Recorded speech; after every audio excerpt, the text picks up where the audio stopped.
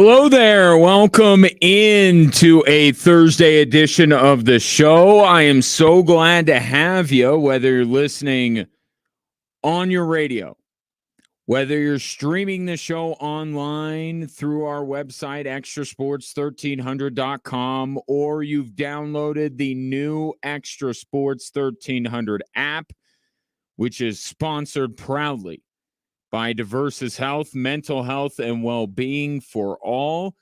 A veritable cornucopia of sports topics coming your way over the course of the next 3 hours. And I'd love to get your thoughts on them, if you don't mind. 719-247-1313 is the text and phone line for your convenience. Always taking text, but just know that if you call, you get to the front of the line. Take it right away, because I know your time is valuable. And that's why I appreciate you tuning in on a daily basis. Today is going to be one of the more significant days of the Paris Olympics if Team USA is going to win more golds than any other country. It looks to be a fair bet right now that they will lead the overall medal count as they continue to pad their lead. But early on, the first few days of the Olympics, there weren't a lot of golds being earned. Now they're coming in bunches. In fact, today we have 1, 2, 3, 4, I believe, that have already been won. I'll double check that. I can do that right now. Yes, 4. So last night you have the women's gymnastics team, or as they're affectionately referred to, Team F Around and Find Out. 1 gold to put the U.S. at 5 through 5 days. Now, in 1 day, they have won 4 and are now just 2 back of China for the lead when it comes to gold. So this comes up every couple of years with the Olympics. Do you go by the medal count or do you want to win golds? I'm an American exceptionalist. I want Team USA to lead in golds. And they're within striking distance of China, with still more Biles, more Ledecky, basketball, the 5-on-5 version. But today, significant moving day for the U.S. To get back into it when it comes to the most gold medals. And it's the familiar faces that are leading the way. Simone Biles, again, one night after she helped lead Team F Around and Find Out to a gold in the team all around. She takes gold in the individual all around. And you may have just heard from Westwood One that it wasn't easy. It probably wasn't her finest performance, as she had a bit of a mistake on the uneven bars, but recovered and just barely pulled out with the gold. And then Suni Lee, her teammate, ended up finishing with bronze. So Biles will be the most decorated U.S. gymnast of all time. Katie Ledecky, who did not even need to swim. You want to know, even if you have no idea about Katie Ledecky or USA Swimming or anything like that. Well, I guess you would have to know a little bit about Katie Ledecky, I suppose. But the fact that Team USA won their heat earlier today in the 4x200 freestyle relay without Katie Ledecky, and then they were adding Katie Ledecky for the final, you would certainly expect that Katie Ledecky would not bring the team down and she did not.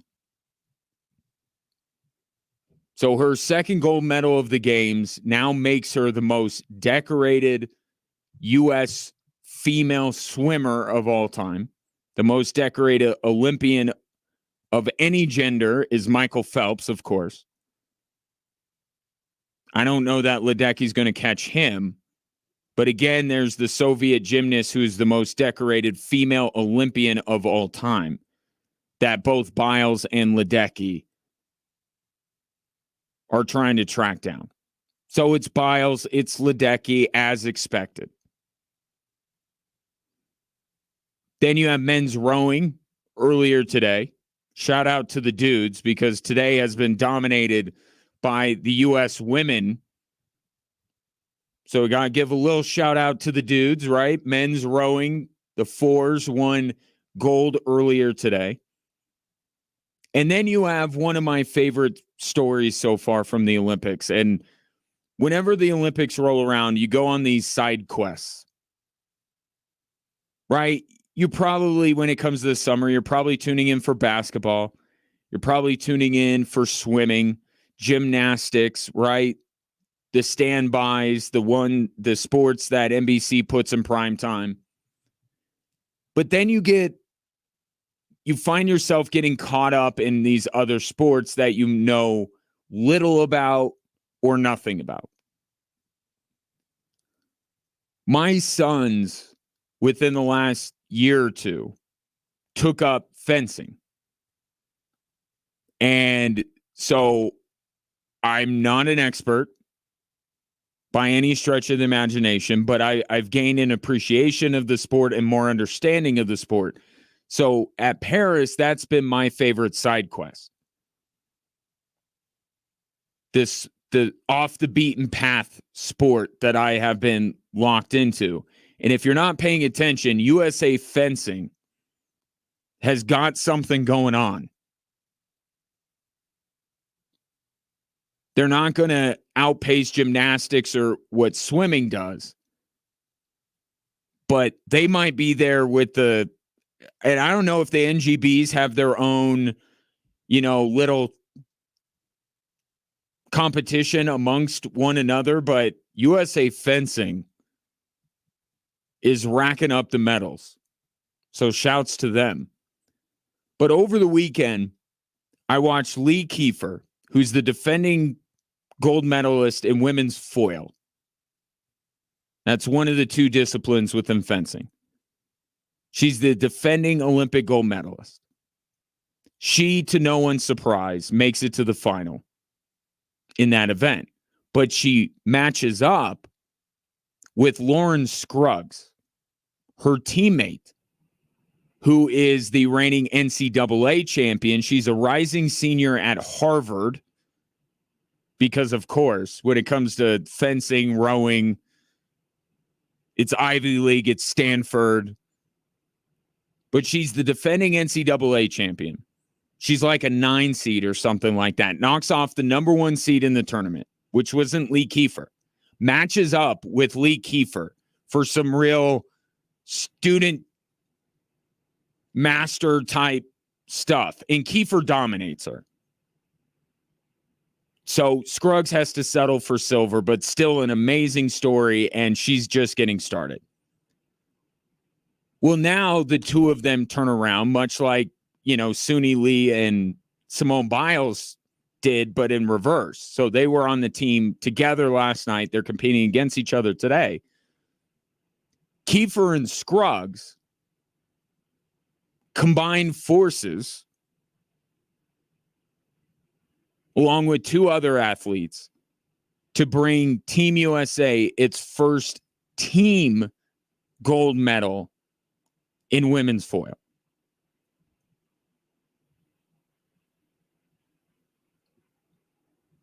So congratulations to them. And now USA Fencing, with this great Olympics they're having, and in 4 years, it's going to be in their own backyard in LA.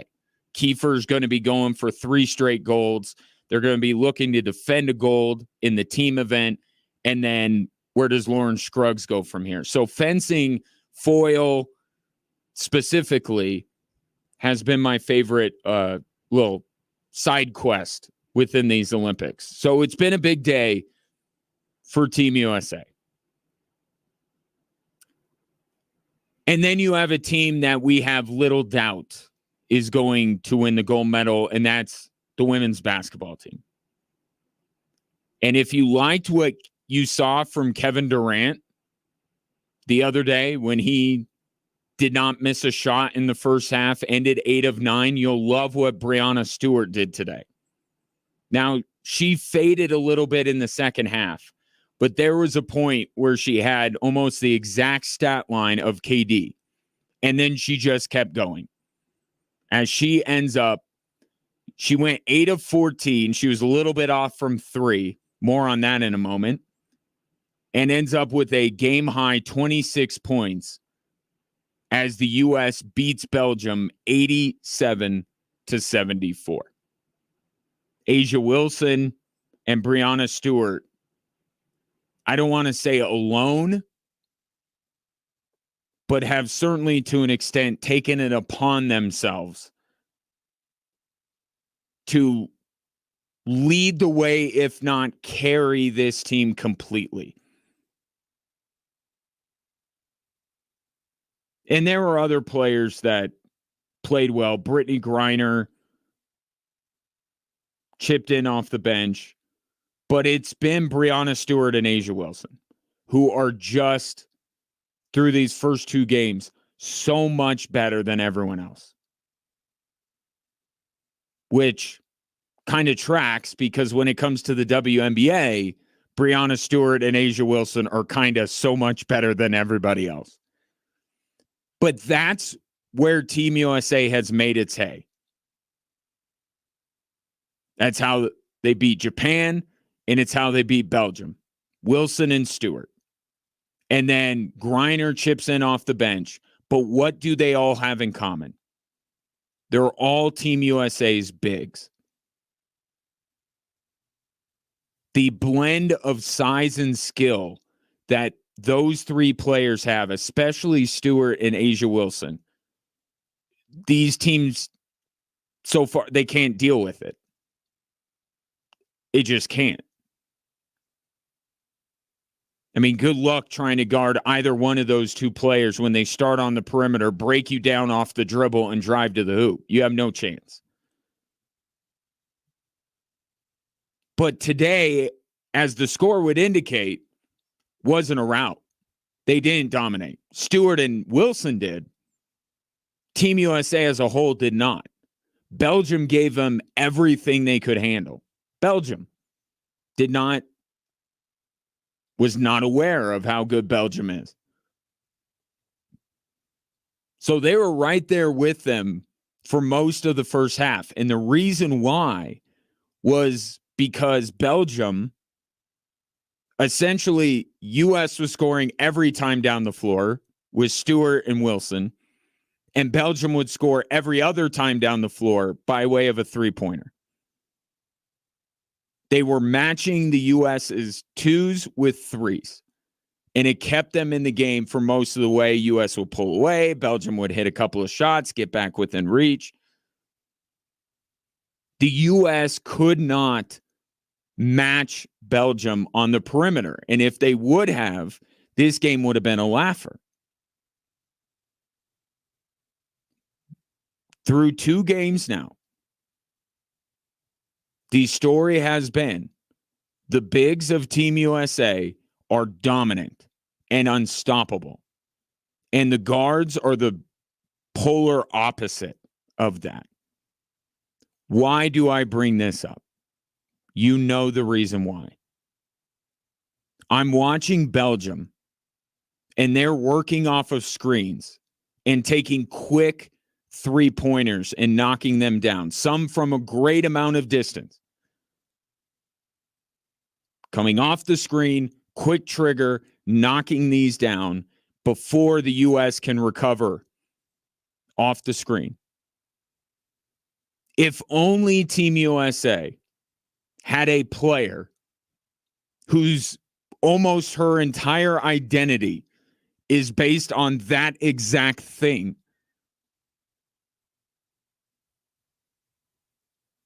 Stewart and Wilson will probably be enough for the U.S. to win gold.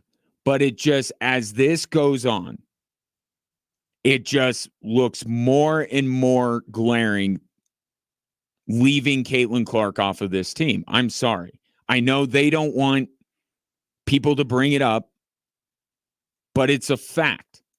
Watch these two games, and the guards of Japan and the perimeter play of Belgium are giving the U.S. fits.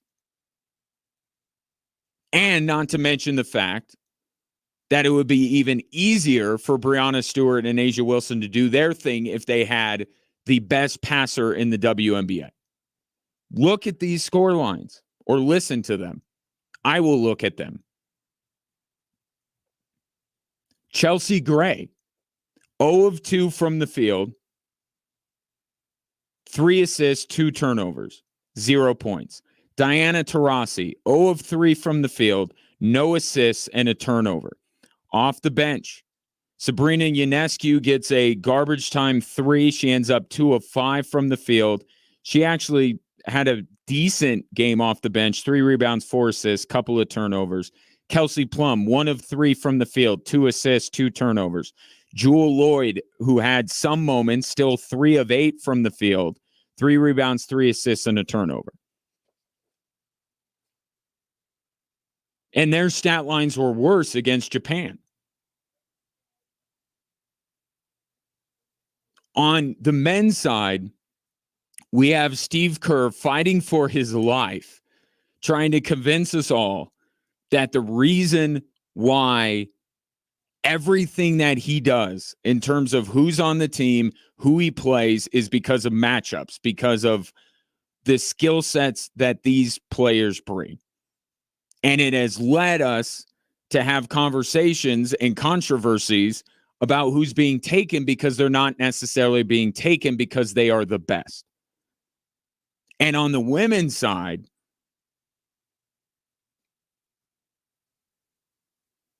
it's almost the opposite, that a player that can help, a player that can bring something to the table that Team USA through 2 games needs, they didn't want. They said that Caitlin Clark would detract from what they're trying to do.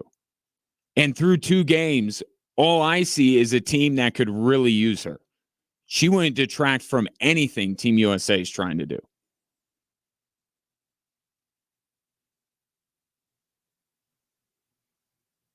It should not overshadow the brilliance of Breanna Stewart and A'ja Wilson because they're unbelievable.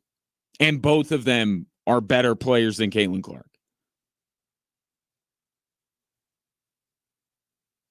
But it just, as it goes on, it just and then you have Don Staley's comments the other day, and it's just, as time goes on, it's just more and more apparent then, for whatever reason you want to believe that they left her off the team, it was the wrong decision.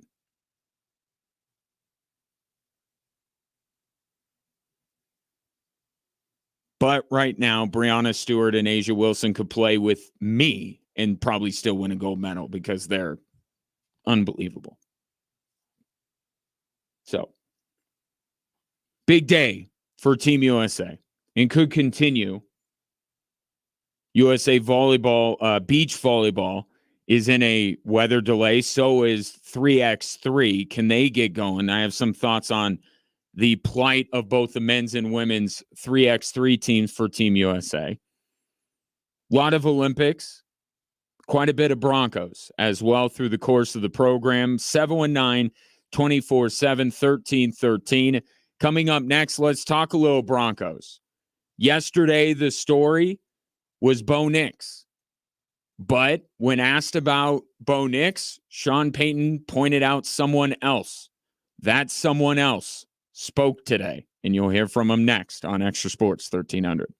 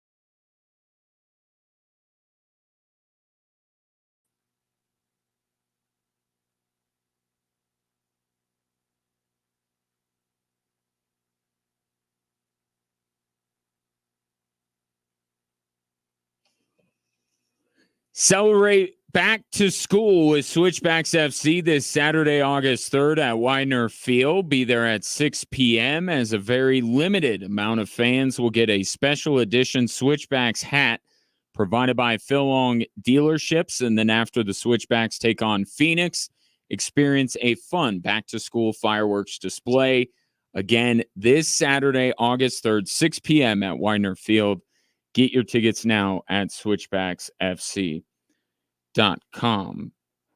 Couple of you already in on this Thursday on the phone line. Aaron called in during the break, wanted to know when breakdancing begins. And trust me, I am eagerly awaiting that. You've seen I wear a shirt for USA Break. Not today. This is I think it's a mint green shirt I'm wearing today. But I do own a shirt supporting USA Breaking. That comes later. Perhaps the main event, August 9th and 10th. The B-boys and B-boy boys and B-boy girls. I don't know how they identify those athletes. B-boy and B-girl. I support the team. It doesn't mean I know all of the ins and the outs.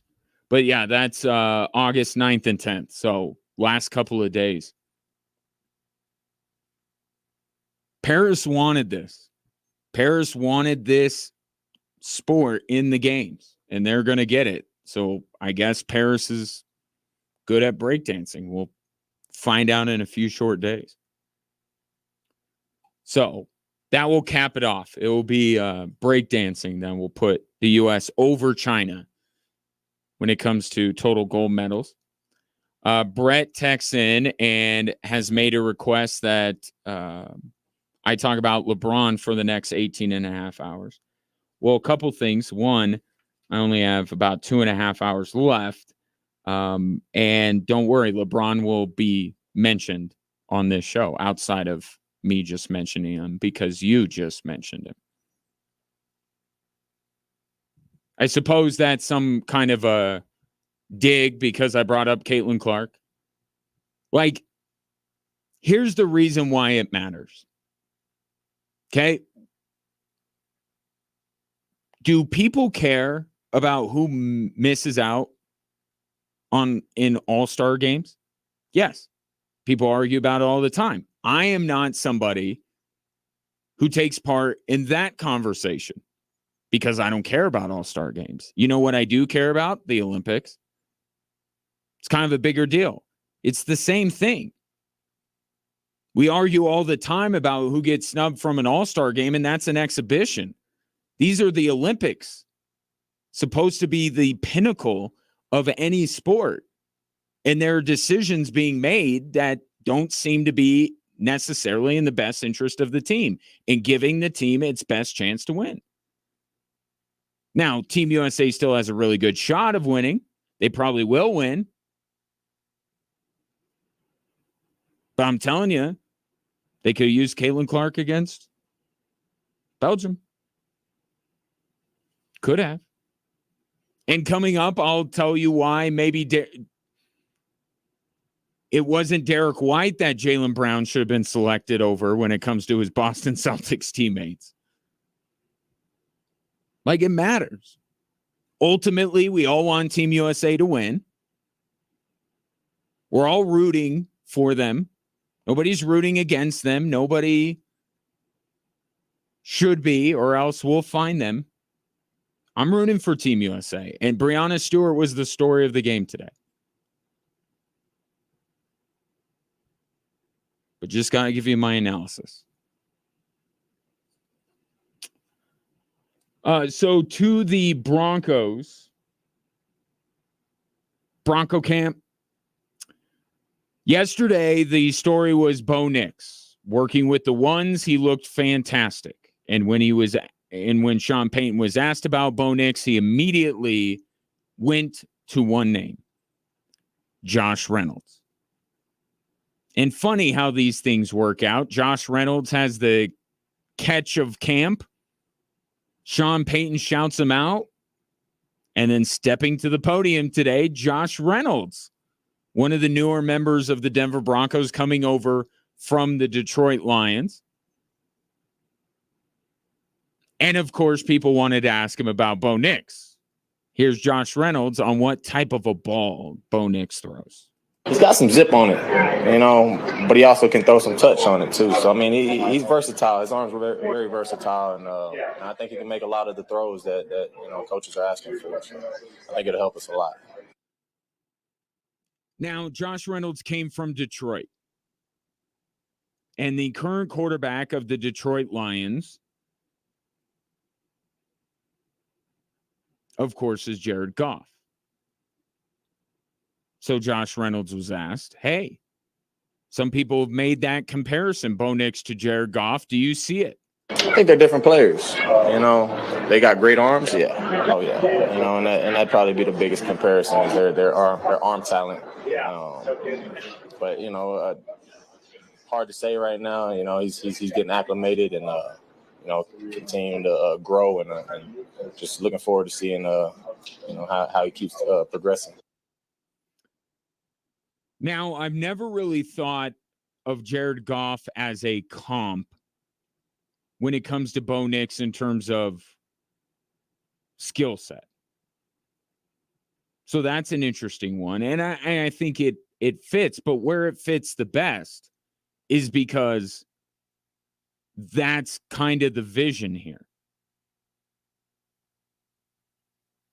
Sean Payton wants the Denver Broncos. Now, he'll say he wants them to become the New Orleans Saints. But the closest thing to that,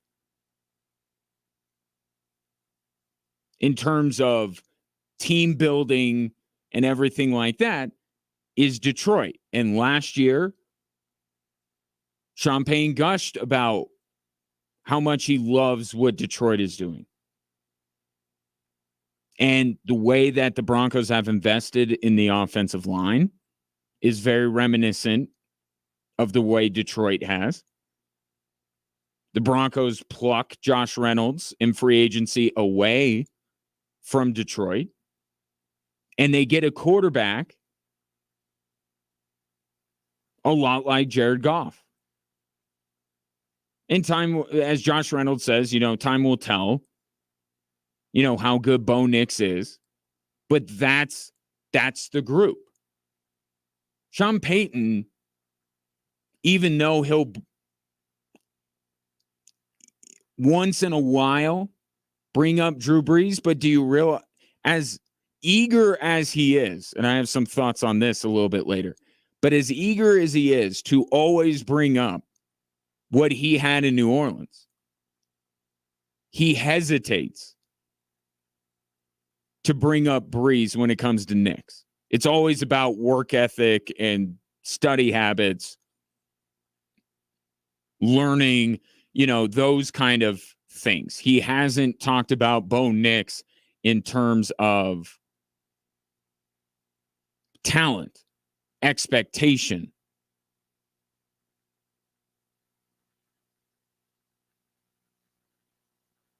Even though you can see some of the similarities, but Sean Payton has been very careful not to link these two together that much.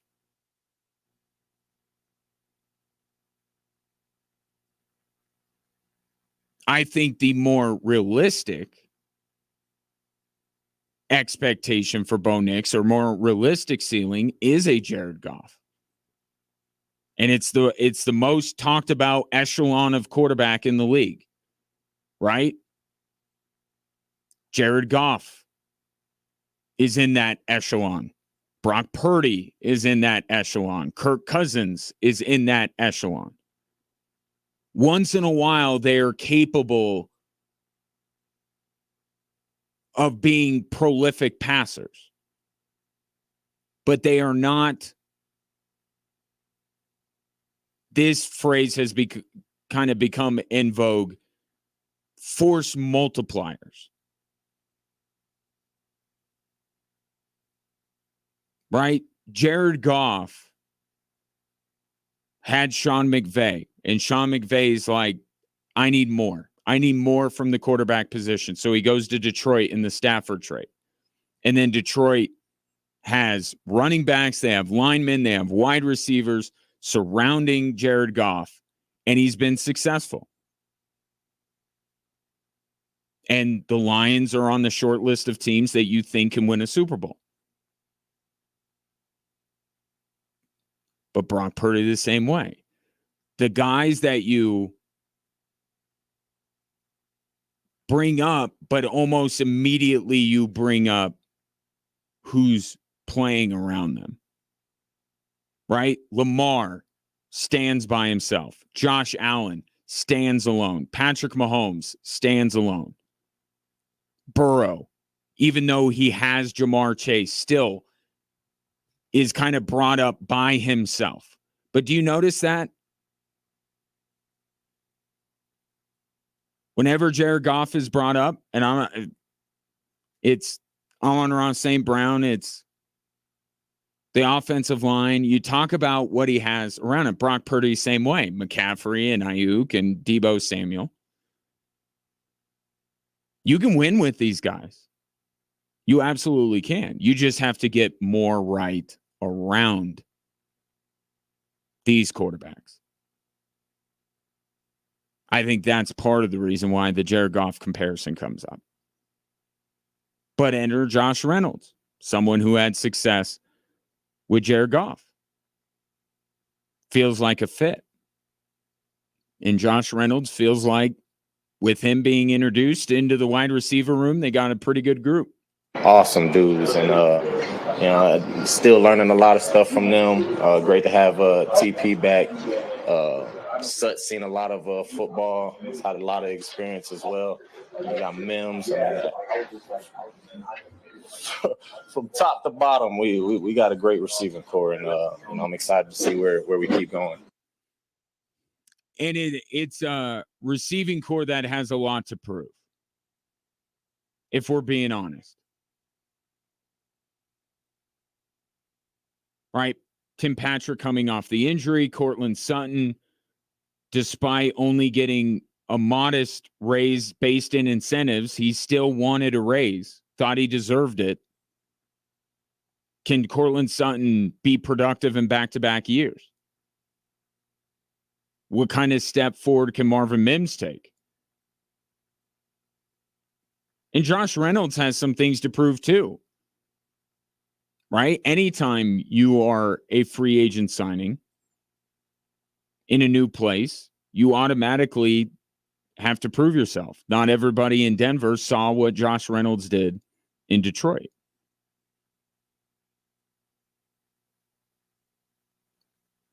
But as much of this year is centered around more evaluation of the roster, right? Yeah, last year was almost just that, right? Centered around Russell Wilson, right? Sean Payton, that was year one for him to just assess everybody. And the guys that he knows for a fact are not going to be productive the next time the Broncos are a good team, they're gone. Russ, Justin Simmons, Kareem Jackson, even before the season was over. Some of that's still going on. Garrett Bowles is in a walk year.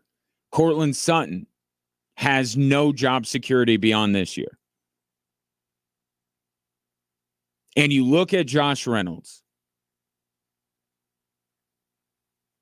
He's not that dissimilar from Cortland Sutton. Sutton's gotten about an inch on him, 6'4" to 6'3". Okay, you look at their numbers from last year. Josh Reynolds, obviously, with Amon-Ra St. Brown, was not the number one option for the Detroit Lions. Cortland Sutton unequivocally was the number one receiver for the Denver Broncos.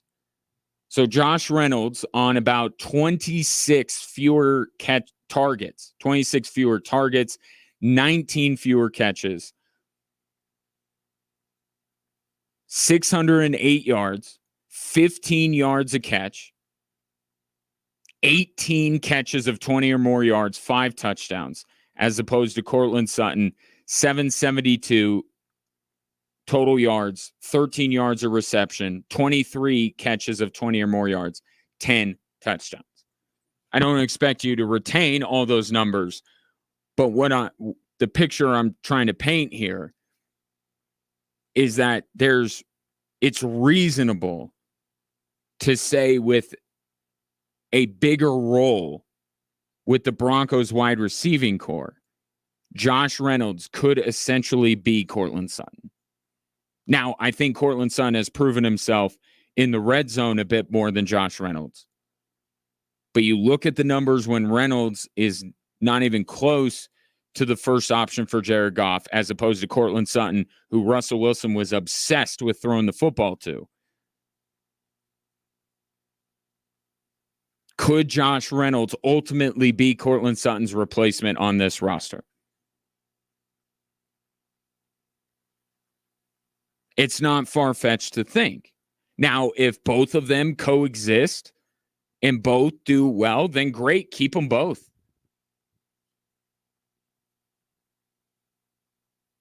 Right?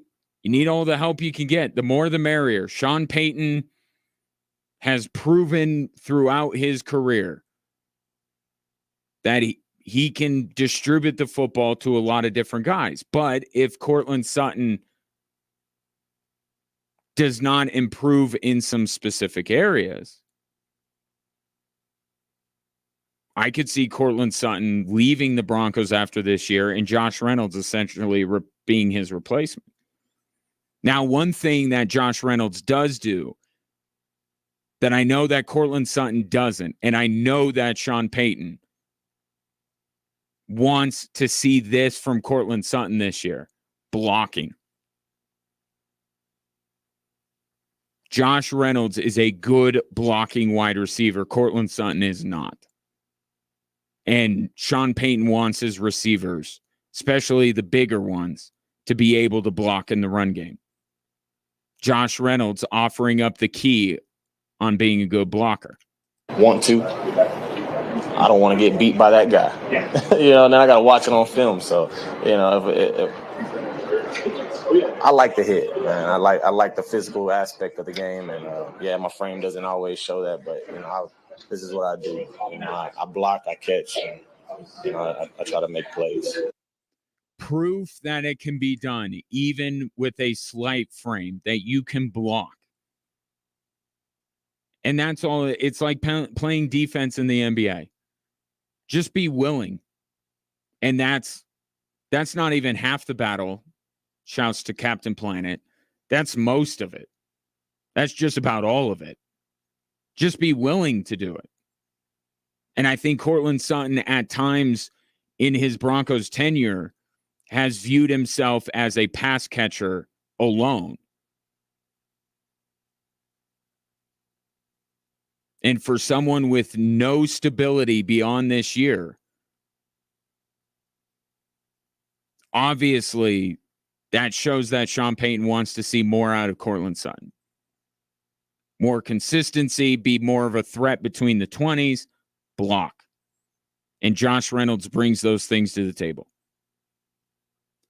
719-247-1313. The rain has stopped and the Lightning has moved out of Paris. So could possibly USA 3x3, men or women, could one of them get a win before the Olympics are over? Let you know how it's starting for Jimmer Canyon and the crew next on Extra Sports 1300.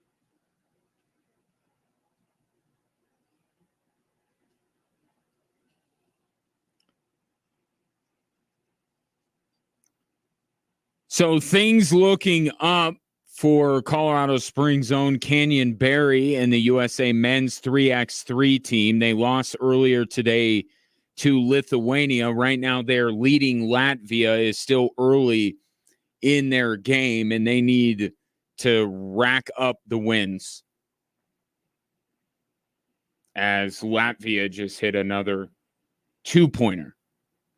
You shoot from behind the arc, it's 2 points. So it's 11-8 right now in favor of Team USA. Of course, Canyon Berry is playing with Jimmer Fredette of BYU fame.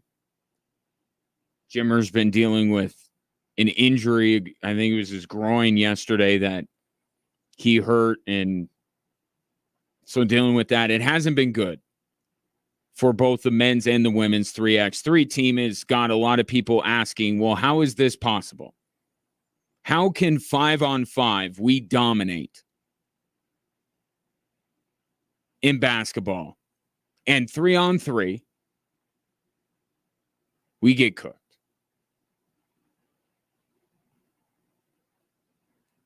And I don't think that people quite understand how they build this team. And it's fine. Like, the reason I know is because Canyon Berry's been on this show explaining and talking about it. So it's not like I haven't had help along the way. But I see a lot of people, and I understand the initial shock of seeing loss when it comes to USA basketball. It's jarring. We don't see a lot of it. But there are a lot of people making the claim like, well, see, these other countries, like these Eastern European countries like Serbia and Lithuania and Latvia, they play on the 3-on-3 circuit all year. This is what they do. And we just cobbled together 3 players. That's not true. And given the whole Caitlin Clark thing with Team USA on 5-on-5, you should understand how, other than Team USA men's basketball 5-on-5, they do things. They have camps. They build it together. These teams have actually been competing together for a while. You can't do what Steve Kerr and Grant Hill are doing and bring in other players willy-nilly, right? You have to qualify as a team. You have to go through the qualification process as a team. So Canyon Berry and Jimmer Fredette and the 3x3 team have been playing together for years. So that's really not the issue. On the women's side, people forget they won gold. So why are they struggling this time around? Kind of turning the theory of why they're struggling on its head a little bit. Cameron Brink is supposed to be on this team. It's supposed to be highlighted by Haley Van Lith and Cameron Brink. And they have played together and won a gold medal together. And they, at the international level, and they've been working together. And then Cameron Brink tears her ACL for the LA Sparks. And now De'Erica Hambry comes in. So on the women's side, the continuity that they have built up has actually been wrecked with the injury to Cameron Brink. And that may be a big reason why they're struggling in Paris. With the men, they haven't had the track record of success that the women have. But is it just our team's not as good as some of these other teams? I mean, I think that's what's proving out. But it's not for lack of continuity. It's not because Jimmer Fredette, they just threw together a team of Jimmer Fredette and Canyon Berry and Dylan Travis. No. They've been working together. They're just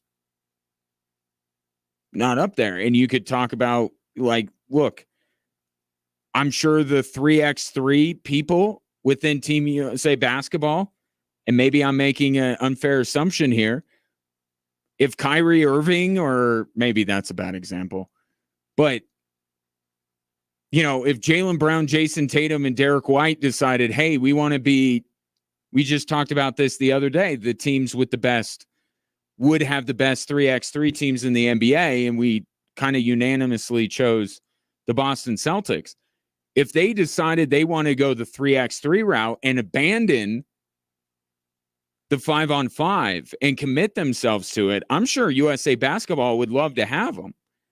But without that, you got to find players, and Jimmer's been playing overseas for years. He's continued his professional career. This is the pool that they have to fish in. Whereas on the women's side, you get the top collegiate players. And I don't know if Team USA would want some of the collegiate players on the men's side, because we know how much in flux that sport is. But I think Cameron Brink's injury is severely impacting the women's 3x3 team.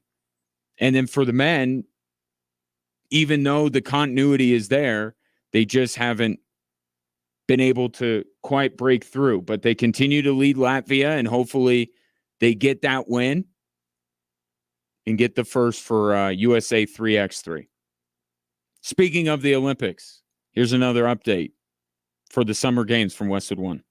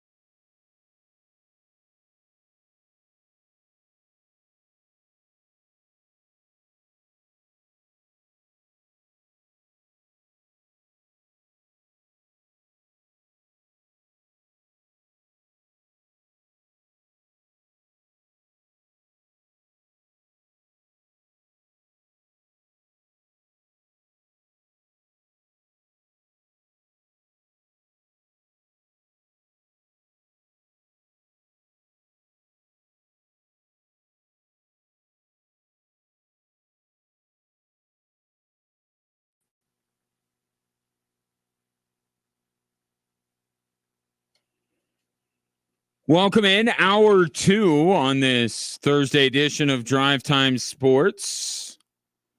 Reminder, you can watch the show live on a daily basis. Granted that you follow us on some social media platform, whether it be Facebook, X, Instagram, or YouTube. The handle all the same at Extra Sports 1300.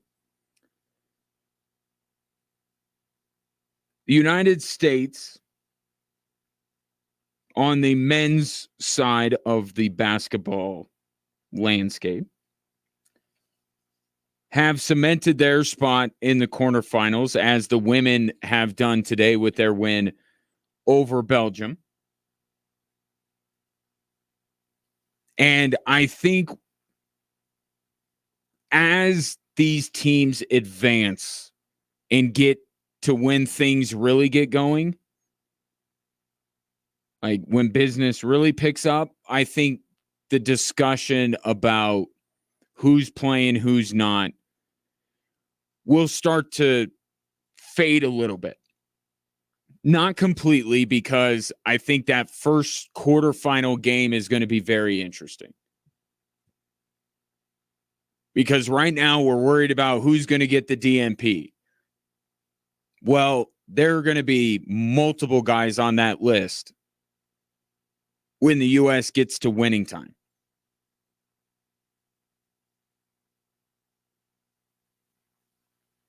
Steve Kerr won't play 10, 11 guys. He's going to play like 8 when they got to go up against Serbia again, or Canada, or France, or Australia. But right now, it feels like Steve Kerr has the ability to play pretty much everybody. And he's not. And the DNP went to Jason Tatum, then it went to Joel Embiid, and now it will be neither of those two for the last game of the group stage against Puerto Rico. Who will it be? I don't know, but I could tell you it won't be Joel Embiid. Steve Kerr already said he's going to be in the starting lineup. In fact, he announced that the starting 5 against Puerto Rico will be Steph Curry, Devin Booker, Drew Holiday, LeBron James, and Joel Embiid. So I suppose Tatum could get the DNP. Now, Steve Kerr is not one to gloat. But there's enough here where he can do that if he so chooses. Right? Jason Tatum gets the DNP. Right? How could that happen? Jason Tatum, after that game, said definitely a humbling experience, right? Win a championship, new contract, cover of 2K, and then you sit a whole game. Cover of Sports Illustrated. So it was definitely a humbling experience. Had to get the other, he's like, there's one other thing I did. Oh, yeah, cover of Sports Illustrated. And it's embarrassing. It's embarrassing to get a DNP. I'm sure if you asked Joel Embiid, he would feel the same way. They're not using that word, but everything humbling experience could very much be equated to embarrassing. Right? Many humbling experiences are inherently embarrassing. And that was the case with Jason Tatum. But then he has a chance against South Sudan to show that he was not deserving of sitting out that game. And he proceeded to go 2 of 4 for 4 points. Not necessarily taking the bull by the horns and telling Steve Kerr to kick rocks. In fact, the guy that many people, including yours truly, looked at and said Jason Tatum can't get some of his minutes, Derek White, hits all 3 shots from the field. He ends up with 10 points. He has 3 steals. And now all of a sudden, through 2 games, Derek White's one of the only players that you're like, oh, he's got to be in the rotation. He's been better than Drew Holiday. If he was brought on as kind of a backup to Drew Holiday, he's been the best Boston Celtic on Team USA. So Steve Kerr, because of the result, would have every reason to feel vindicated. But that's not really what we're arguing now, is it? We're not arguing the result, because the results are going to be good. It's going to work itself out. Joel Embiid was a net minus against Serbia, and they still won. And they won going away. In the group stage, no matter what Steve Kerr does, I promise you, and it will be hold up for Puerto Rico, it's going to work out. And that's the point.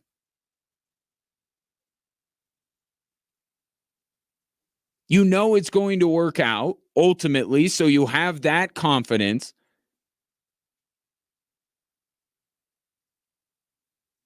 Put the best rotations on the floor. Put the best players on the floor. And while Jason Tatum didn't necessarily answer in resounding fashion to his DNP, he's still one of the 10 best players on this team if the rotation is 10 guys. But as we go along, you know the one guy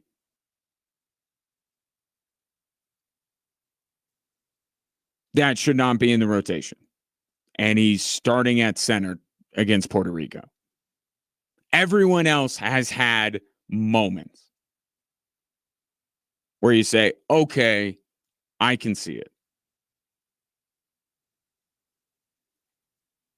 But the guys, if all of this is about finding the right combination and figuring out the rotation, the guys that through 2 games, if I'm Steve Kerr, that I'm, whether they're starting or not, I'm playing as this tournament progresses, Ant, LeBron, AD, Bam, KD, and Derek White. Everyone else may have something to prove against Puerto Rico if the DNP, they don't want the DNP to find them. Yeah, everything that Steve Kerr is doing is working to the U.S.'s benefit. They're winning.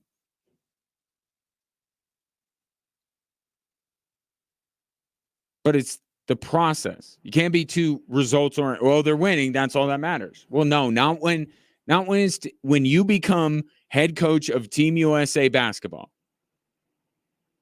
It may seem at times that the standard is unfair, that the conversation surrounding your team is unfair. And do we get a little bit bored with the group stage and we're waiting till, when it's the semifinals and the medal round? Yeah, a little bit. So we're going to find something else to talk about. But when you become the head coach of Team USA basketball, the standard is so insanely high. And it's what you sign up for, that you will be nitpicked. Right? Swimming gets nitpicked. Gymnastics gets nitpicked. Basketball gets nitpicked. All these other sports, it's like we're only happy if they win. We don't know what goes into who's chosen. Did anyone get snubbed? We don't know. It's a good thing ultimately because it means you're the most popular of the sports, that we care, that we talk about you. So yeah, it seems like an insane standard that Steve Kerr's got to play all these guys, but he can't play that guy, but he's got to play this guy. And yeah, that's what you do when you sign up to coach the best basketball team you could possibly assemble, given your limitations in terms of citizenship. It's what you sign up for. And everything you do will be nitpicked.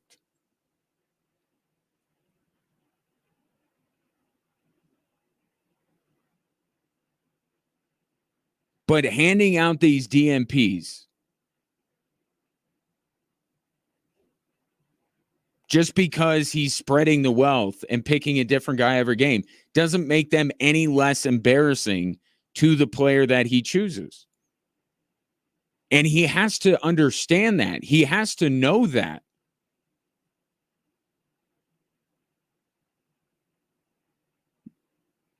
Right? I understand that Derek White has brought up a little bit of a tough call because he's played so well. But nobody, maybe outside of Colorado Springs and Colorado, maybe Boston, would put up too much of a fuss if Derek White was, in case of emergency, break glass. Right? Very similar player to Drew Holiday, but Drew Holiday during the NBA season was better. Nobody's going to raise a real fuss about Tyrese Halliburton. But when it's a guy that was, make sure I get all these right, wins a championship, gets a new contract, cover of NBA 2K, and the cover of Sports Illustrated, yeah, it's going to make headlines. And Steve Kerr should be aware of those forces at play.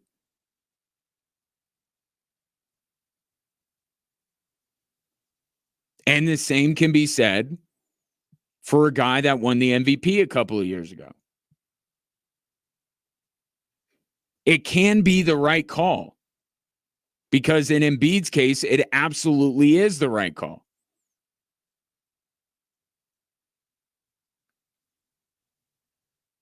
But that doesn't make it less embarrassing for those players. And it doesn't mean that that's not going to be the story at this juncture of the tournament.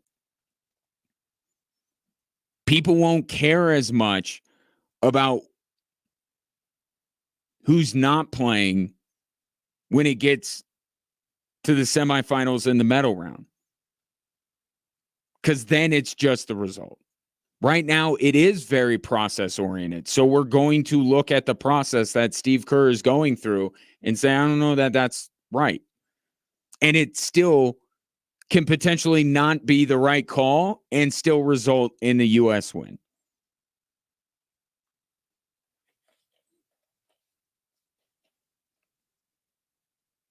They'll have no problem with Puerto Rico, no matter who they sit. But as I look at this game and consider an even shorter bench, once they get out of group play, there aren't a lot of spots. You could start AD, Braun, KD, Derek White, and Anthony Edwards right now. That could be your 5. And then that would leave Bam off the bench. If this is an 8 or 9 player rotation, there's not many spots left. And you have Tatum, and you have Booker, and you have Curry, Holiday, Halliburton. Only 1 or 2 guys is going to be relied upon when Nikola Jokic plays the entirety of the game. And Embiid. I was looking at the box score, and Embiid's name was not on it. That's the other one. But when Nikola Jokic plays almost the entire game, next time these two teams match up, Steve Kerr's not emptying the bench. When they go up against Wemby and Gobert, Kerr's not emptying the bench. He's going to shorten the rotation even more. So some players that have a chance, and it's a great opportunity, right? Because they're going to smoke Puerto Rico.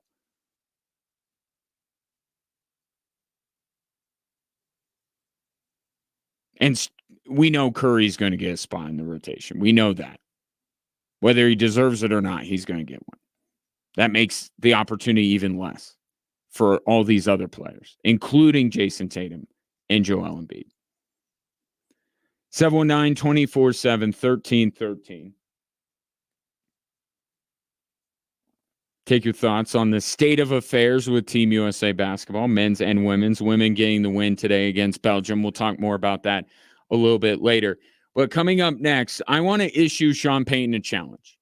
Not like a duel or anything like that. More like the one chip challenge. Like kind of a lighthearted challenge. But it's a challenge. And I think it will be very much a challenge for him. I'll tell you what it is next on Extra Sports 1300.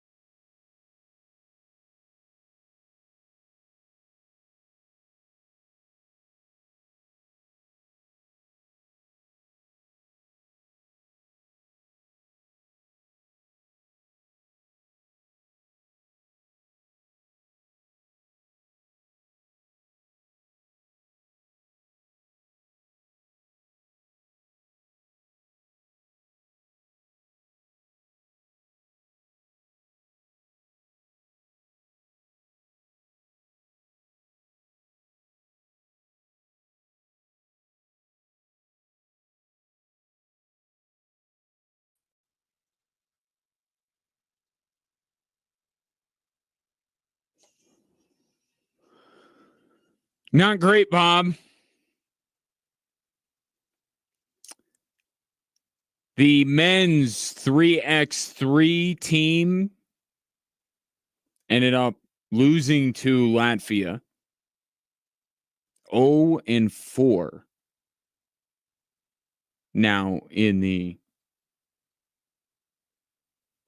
tournament. And there's been some disappointment, certainly with Team USA. I think if you've been locked into swimming, Australia more than a few times has gotten over on the U.S. That's one of the biggest rivalries that are playing out in these Olympics. So there's been some disappointment, but the U.S. has picked up a medal of some substance pretty much every one of these races. But I do think, even though I understand some of the reasons why, especially on the women's side, that the 3x3 team is struggling, it's become the biggest disappointment for Team USA in these games. Some people find it hard to figure. I mean, you get with no Cameron Brink that's going to hurt the women's chances. But on the men's side, with Kenyon Berry, Jimmer Fredette, thought they'd have a better go of it. Just not there yet. So they fall to 0-4. The women's team winless as well. I believe surfing is the only thing left on the slate today for the Olympics. And then NBC's coverage tonight will feature Simone Biles and Katie Ledecky. And I'll talk more about what they did today coming up in a little bit. But in the meantime, I want to issue a bit of a lighthearted challenge to Sean Payton. And it's based off of the comments that he had yesterday when he was talking to NFL Network about the draft class. And obviously, this draft class for the Denver Broncos is newsworthy. A lot of people are paying attention to it, namely because of Bo Nix. But if you didn't hear yesterday, Sean Payton was asked by NFL Network about his draft class. And he talked about how good of a group they were. And then he went in to compare them to two draft classes he had in New Orleans, two significant draft classes. The first one, when he got there, that laid the foundation for the championship team, of course, while also bringing in Drew Brees, which I would argue is the most important player that they brought in. And then the one a few years later where they got Alvin Kamara and Ryan Ramczyk. And that kind of got the last few good years that Sean Payton had in New Orleans. And maybe as a Broncos fan, you love to hear that, right? Because the whole premise of hiring Sean Payton is he's done this before. He's taken a team that is a mess, a laughingstock, bottom of the barrel, and lifted them up. So it may be music to your ears anytime Sean Payton likens anyone on the Denver Broncos to anyone from those New Orleans teams. But from where I sit, it needs to stop. The job interview portion of the Sean Payton tenure needs to stop. And why I call it the job interview portion. What do you do in a job interview? It's all about what you've done, what you will do. Right? But it's mostly about what you've done, right? You show them your resume, they ask you questions about your previous employers. That's what I feel like Sean Payton is doing all the time. Continuing to bring up what happened in New Orleans as a way to what I think it is he's trying to put himself above questioning. Don't question me. I did this in New Orleans. Remember when I did this in New Orleans? Remember what I did in New Orleans? Hey, in New Orleans, I had this guy. In New Orleans, I drafted Kamara. In New Orleans, I did this. In New Orleans, I did that. Enough. I'm not saying that Sean Payton has to prove it with the Denver Broncos this year. I don't think that Sean Payton's second year in Denver is going to be an abject failure if they win 4 or 5 games, as long as he stops doing what he's doing. If he keeps making these comparisons and he keeps doing this stuff, that's when the expectations get raised. And if he can't deliver, then that's when this season will be a disaster. And the last thing that Broncos fans need is another year where they have their hopes up only to be disappointed by about week 5. So I'm really asking on behalf of Broncos country, which I am not a citizen of. If we had our own Olympic team, I would not be able to play. But I think I'm doing it on Broncos country behalf. Stop. We know what you did in New Orleans. We know what happened. This is different. And oh, by the way, how did those last couple of years in New Orleans turn out? When you lost Drew Brees,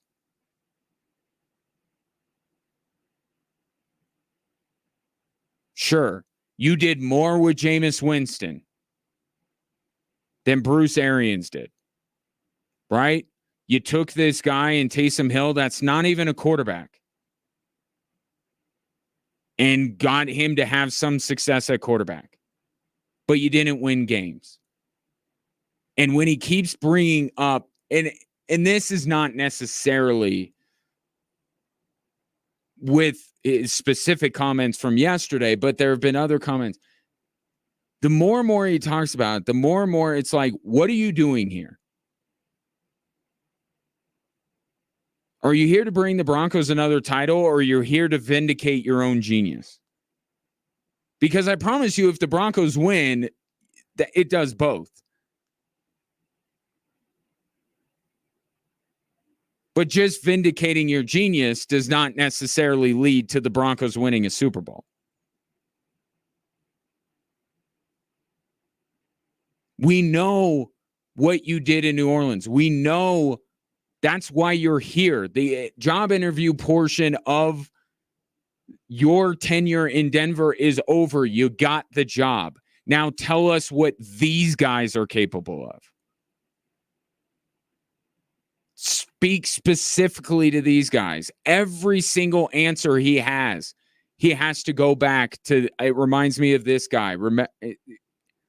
Enough with the stroll down memory road. It's not going to do the Broncos any good. Because you had Drew Brees. And the one comparison to New Orleans that you are somewhat hesitant to bring up is putting Bo Nix and Drew Brees into the same conversation, which I think is a good idea. But that was the key.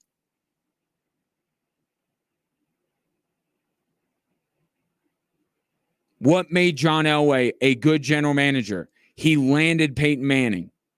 When he lost Peyton Manning, what did he do after that?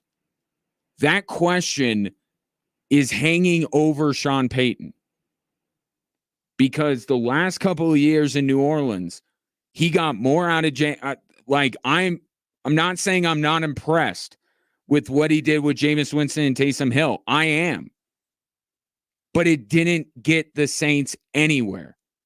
And when you left New Orleans, they were in salary cap hell, and they're still dealing with it. So I just be careful taking people down memory road every single chance you get, because that story did not end great.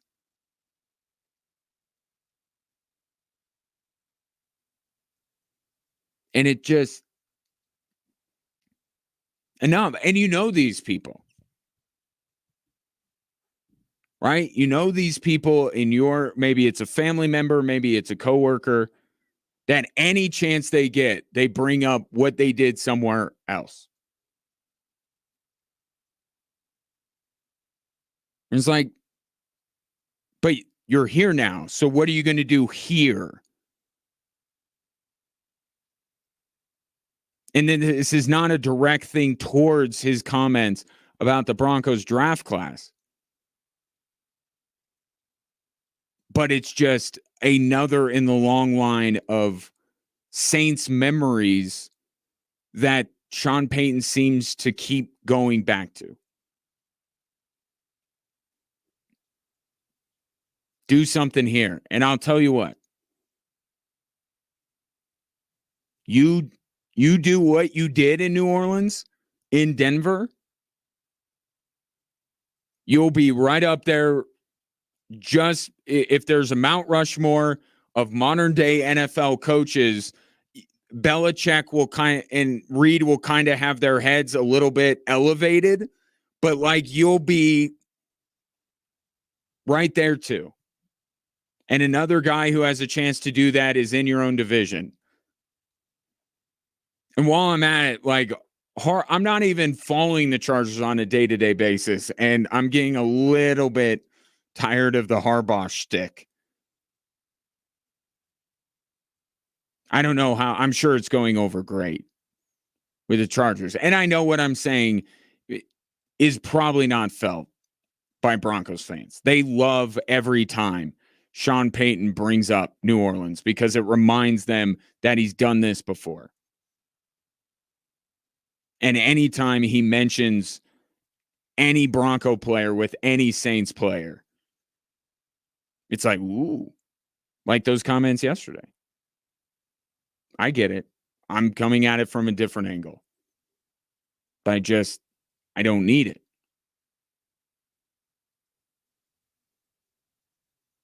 Need to know when you say that, when you proclaim that the Broncos are going to be better, right? When somebody brought up the other day, hey, you know that USA Today had you guys with 4 wins. And he's like, if I didn't, and this is an example, if I listened to that, I wouldn't have done what I did in New Orleans. Kate, how are you going to be better than that? Because every time anyone tries to say, well, you did this last year, and so if you just tweak this and add this, then you could do this year. He's like, no, dump the puzzle pieces out, start over. Okay, so you're starting over. We take you at your word and we look at the team starting over and we say, yeah, it doesn't look like there are a lot of wins. Oh, we're going to win so much more than that. Okay, how?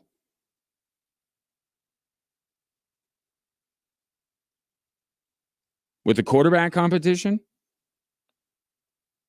Just like to hear more about that. And it feels like the ratio is a little bit off between what Sean Payton is going to do and what he's done. What he's done got him here. What he's going to do is what people care about. Not enough of that. 719-247-1313. Am I wrong on this? Am I the only one? Maybe I am. It wouldn't be the first time that I was standing alone on an island of sports takery. 719-247-1313. Back after traffic and weather.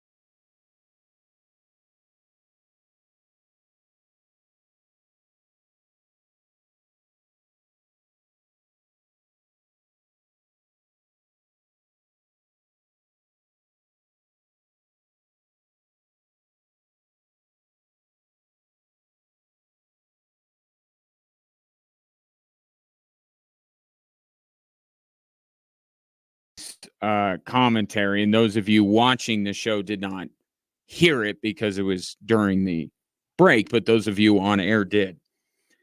So no Caleb tonight for the Chicago Bears. And it will resemble pretty much every Hall of Fame game that I can remember, and it not being really interesting. I'll just say that.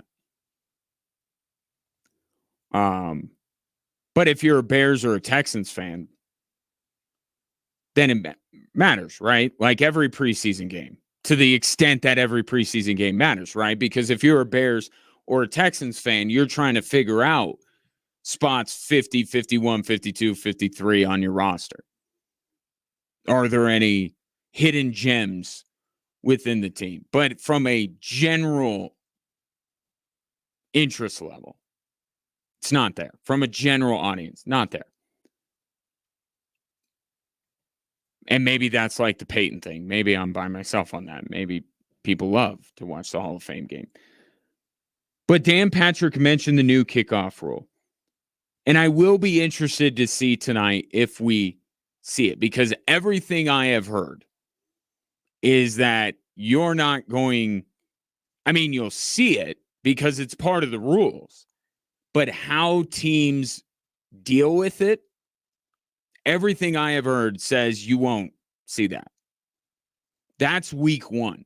Week one, we're going to have insanity when it comes to this new kickoff rule because people are trying, footballs that bounce weird, trying to put different players that you wouldn't expect to return kicks back there to return kicks. One of those would be in Pittsburgh, but now he might be the starting quarterback, so they won't put him back there. I don't know that we'll see the kickoff rule and you could see if you like it. But in terms of how teams are going to handle it, I don't think you're going to see much. I don't. And it's the same thing with the offense, right? We always go in to these preseason games. Ooh, what are they going to do? Well, Sean Payton and these other coaches, they're not going to show anything, right? It's going to be very vanilla, very base, not going deep into the playbook, and it's going to be the same thing with the kickoff rule. This is the best thing to happen to special teams coordinators in the NFL in a long time. They're super geeked for it, and they've been in the lab trying to figure out some tricks. You're not going to see them until week one. And some of the better special teams coordinators, which I will say I think the Broncos have one of those. They may even hang on to it for a few weeks. Bring it out at the right time. But you will get to see how it all lines up. And like any of these changes, and it's one of the more significant changes that we're going to see, right? Since like video replay, like when that happened, challenges and all that, that was quite jarring. It's going to be a little jarring to tune in, especially for people who may not be fully aware of the new kickoff rule, to see guys lined up in that way and talk about landing zone. But it'll be a good primer to kind of understand the rules. And then when the season rolls around, that's when you're going to see teams trying to use it to their advantage.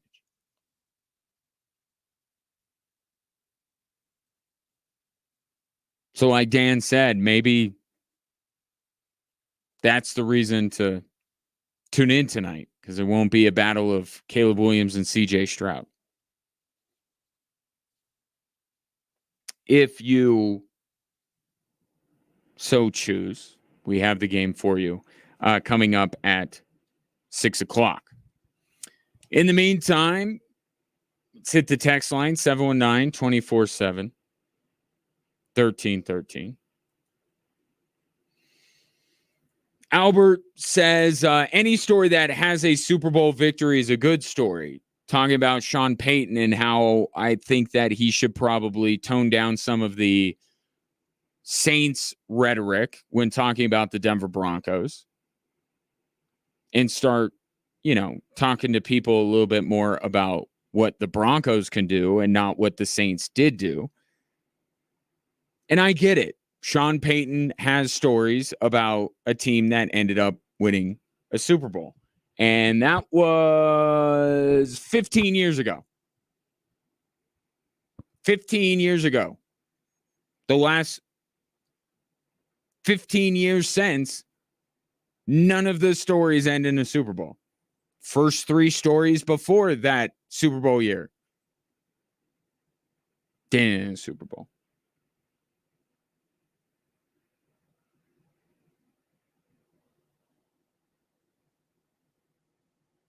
I understand. I'm not saying I'm not calling to eliminate it. Just sprinkle in sparingly. Because it just feels like so much of the last year plus has been Sean Payton trying to convince you of what he's going to do by telling you what he did do. It's a different situation. Different situation. And even people in LA, I mean, they're still, and I'm not trying to say don't be excited. I think that Sean Payton is going to ultimately be successful in Denver. I just don't think it's going to be this year anywhere close to a successful season in terms of wins and losses. And I think that it is a long road in which the Broncos have to hit on everything they do.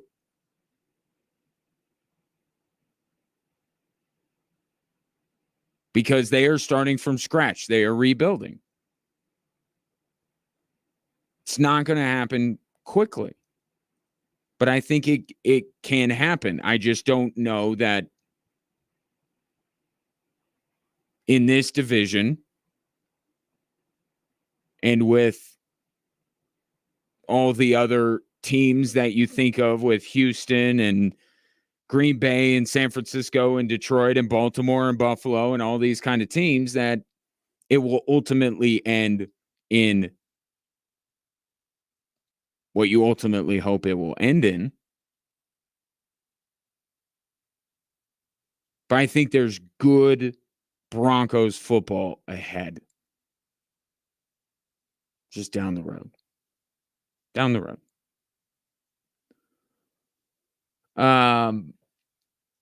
From the 719, Peyton has to start Wilson and see how he does. If he puts Nix in there to start the season, it's going to get ugly real quick. The Bronx can't afford to botch another QB. Well, it won't be. I understand the sentiment. It won't be Wilson because he is now not in the mix anymore. They skipped him the other day when it comes to first team reps. It will be Stidham, but I understand the what you're saying. By that logic, just don't play Nix at all.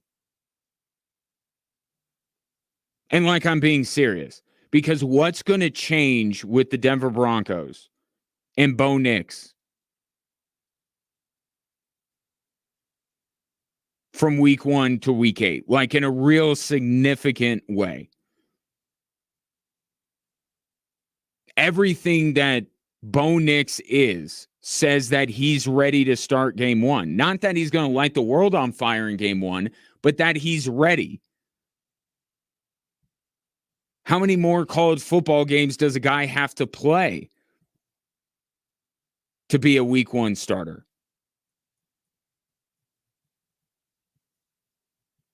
He's on a streak of 2 or 3 straight days where he's by far the best quarterback in camp, and that's what they're judging. What's going to change between week 1 and week 4? Week 4 and week 8? Week 8 and week I understand the rationale for playing him a little bit towards the end of the season, right? A cameo, but that's essentially sitting him. Like Patrick Mahomes played the last week of the season in 2017 against the Denver Broncos, but he sat that year. That was a sitting year. So if Bo Nix isn't ready to go week one, or if the Broncos aren't good enough to support Bo Nix to keep him from suffering the same fate as Josh Rosen did his rookie year in Arizona, then just don't play him. Because you're not going to get demonstrably better as the season goes on. It's not going to be a better spot for Bo Nix. There's no spot on the schedule where you say, oh, well, there's the soft landing spot. He could get going with 2 or 3 wins, right? There isn't that spot. And everything about why draft Bo Nix if he's not ready week one? Why draft Bo Nix if he's not going to start sooner rather than later? Then you might as well do what I suggested they do on draft night and not draft Bo Nix in the first round. Take someone else who could be on the field this year making a difference. Bo Nix, the only way Bo Nix works is if he plays year one. That's the whole premise of him. Because if you're just going to sit him like with New England and Drake May, it makes sense. With the Broncos and Bo Nix, it doesn't make any sense. Drake May is a longer-term play for New England. He needs to get more polish. He needs to hone his craft.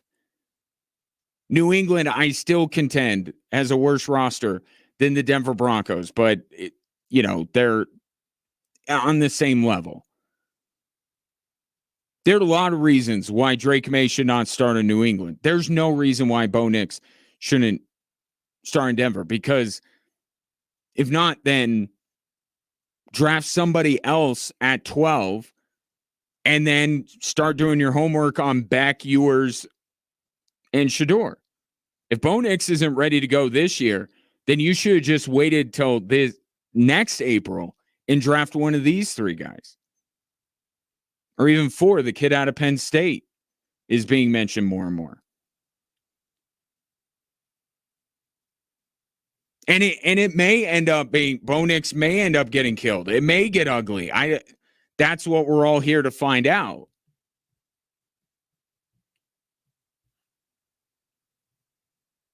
But everything about Bo Nix, everything about why Sean Payton drafted Bo Nix screams starting sooner rather than later, and I don't know what's going to change between week 1 and week 4, so it might as well be week 1. As Sean Payton will remind you, he had a very good run with quarterbacks in New Orleans. So why can't he have Bo Nix ready to go week 1?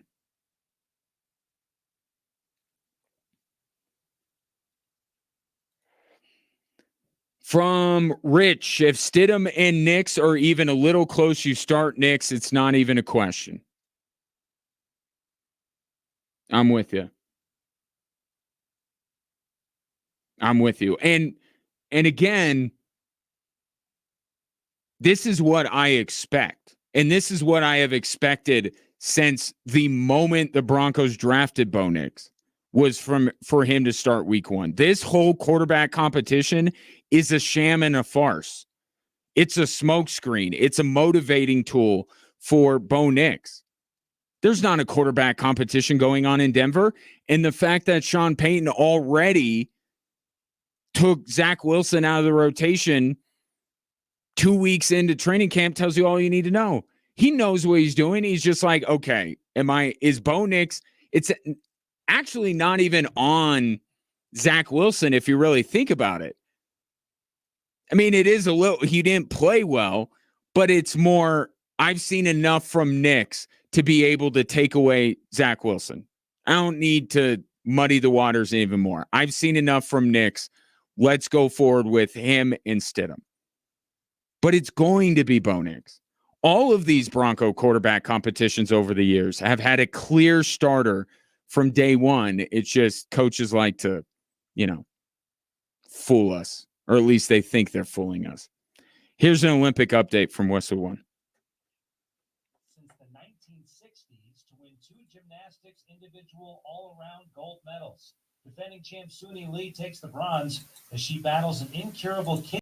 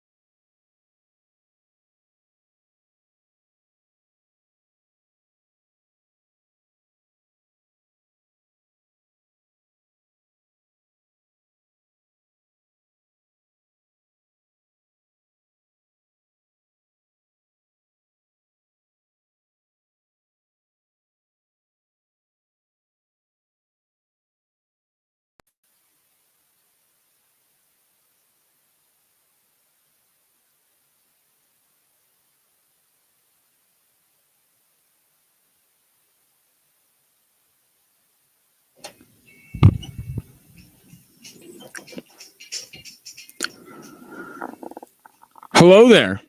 Hopefully you're having a good Thursday. Welcome to Drive Time Sports. Ryan Kaufman with you. Appreciate you tuning in, whether it's on your radio, online at extrasports1300.com, or if you're listening on the new Extra Sports 1300 app, sponsored by Diversis Health, mental health, and well-being for all. 719-247-1313 is the text and phone line for your convenience if you happen to have an opinion that you would like to share, perhaps on one of these three stories that are driving the show.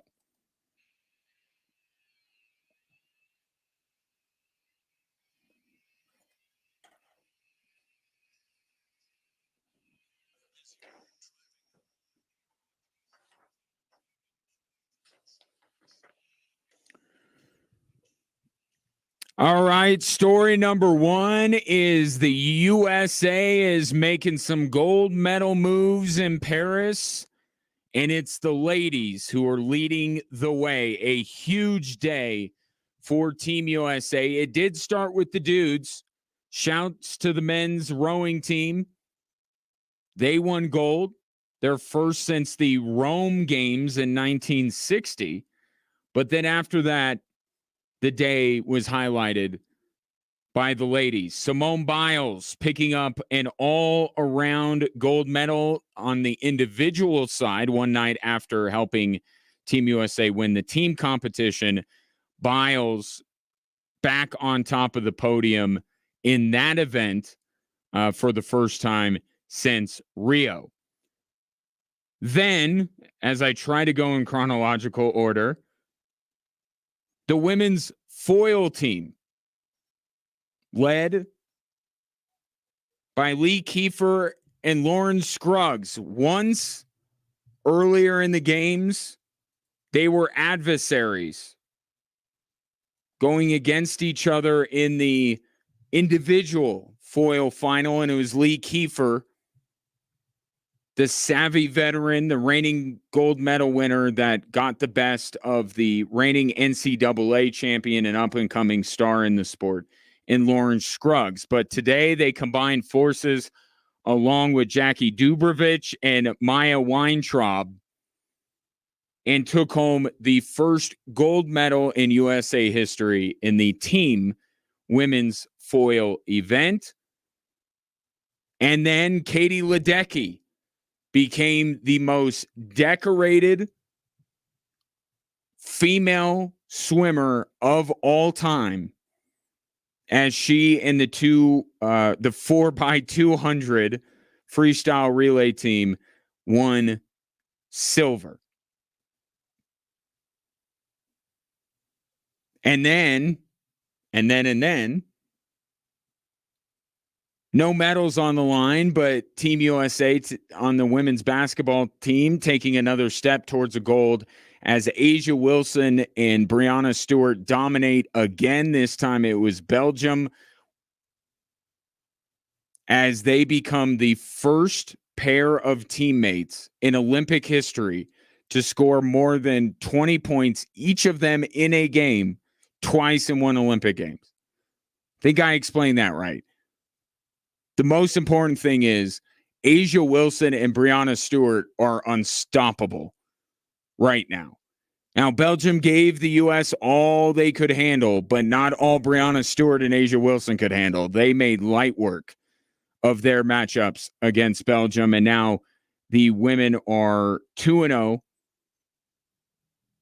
and have clinched a spot in the quarterfinals, as the men did yesterday. So big day for Team USA, as now they have 9 total gold medals. That puts them 2 back of China. They had what, 4 going into yesterday, and now they have 9. Their 37 total medals are first. The 9 gold medals, still 2 back of China.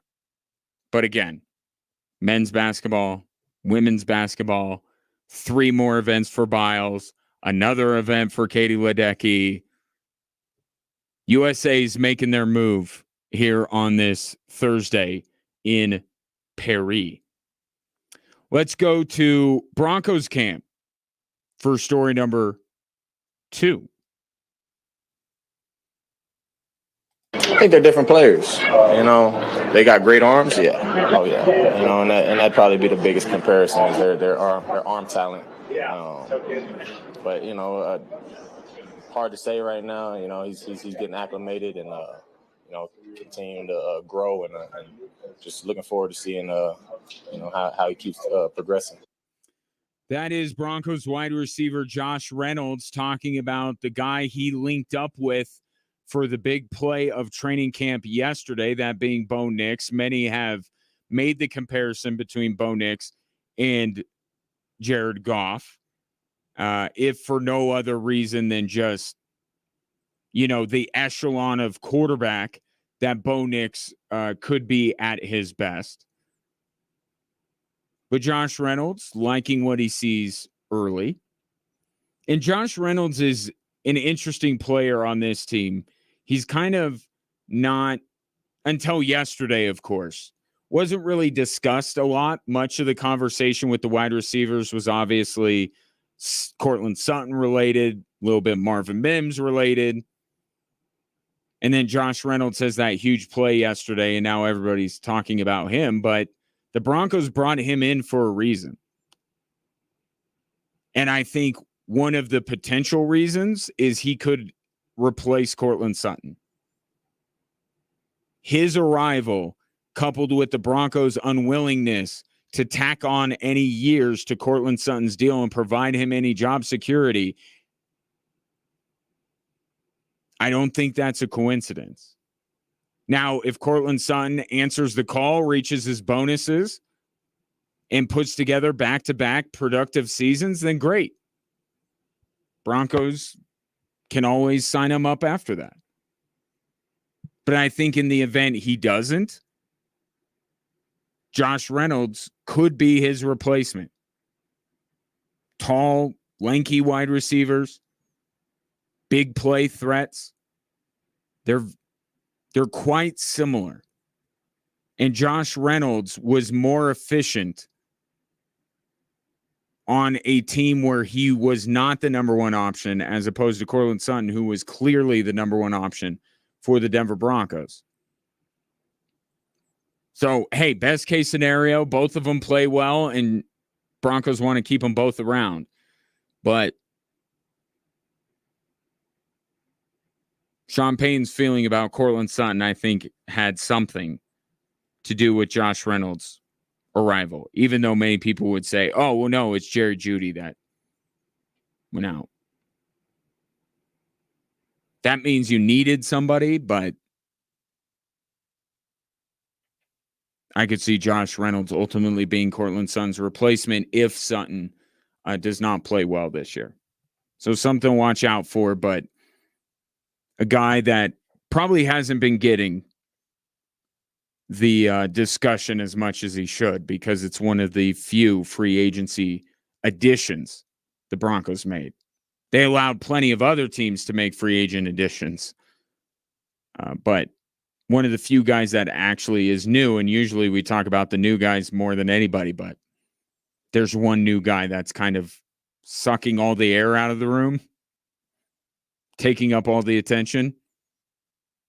But now Josh Reynolds being talked about. It's a good pickup for the Denver Broncos. Solid pickup.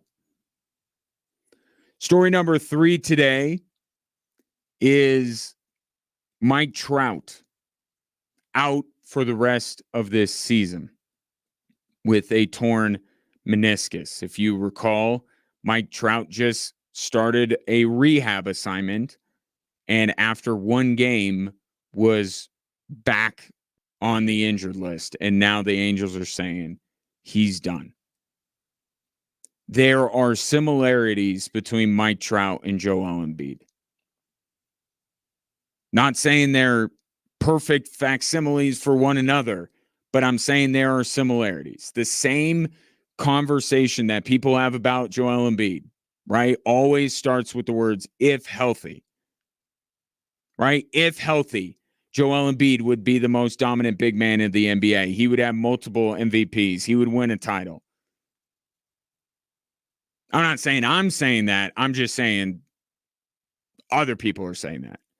Same thing with Mike Trout. Except I do subscribe to the feelings when it comes to Mike Trout. Not that he would win a title, because Angels have certainly done everything they can to make sure Mike Trout doesn't win anything. But in terms of what he could be as a player, already one of the best hitters of his generation, multiple-time MVP. He's done a lot. But can you imagine if he stayed healthy? And I'm not calling the guy's career over, but kind of feels like for all intents and purposes it is. And you hate to see it. Just an unbelievable talent. And it just, to me, if I'm an Angels fan, I'm upset. And I'm not upset just because Mike Trout is hurt again. I'm upset that there was a time where Mike Trout was healthy. There's the difference between Mike Trout and Joel Embiid. Joel Embiid has been healthy one season, and they couldn't wait to give him the MVP that year. Mike Trout's had multiple years of health. I know it's hard to imagine because all you know is Mike Trout getting hurt. But there were years where he was healthy. And he had Shohei Ohtani on his team. And the Angels couldn't make it work. That's what I would be more upset about if I'm an Angels fan.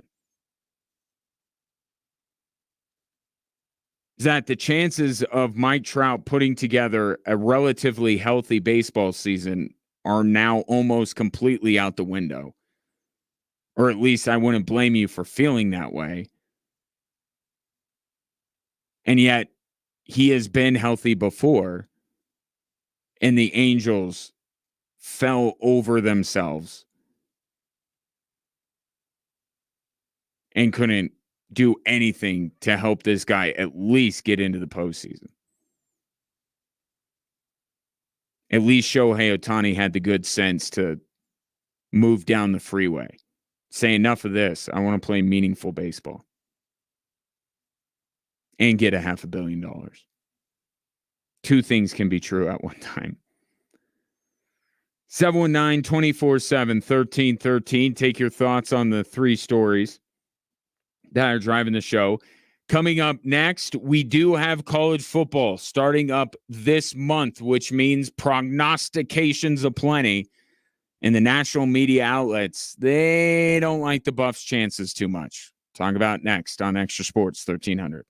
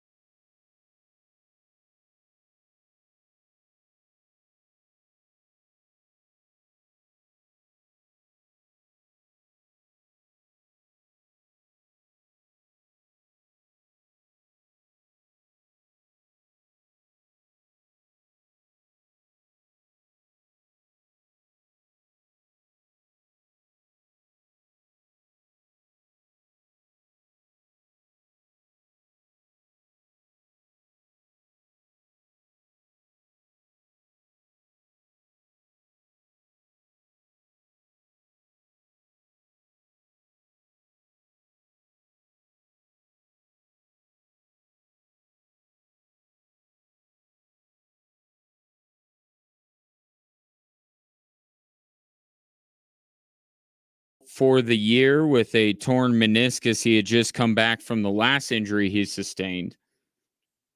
And now the Angels are saying he's done.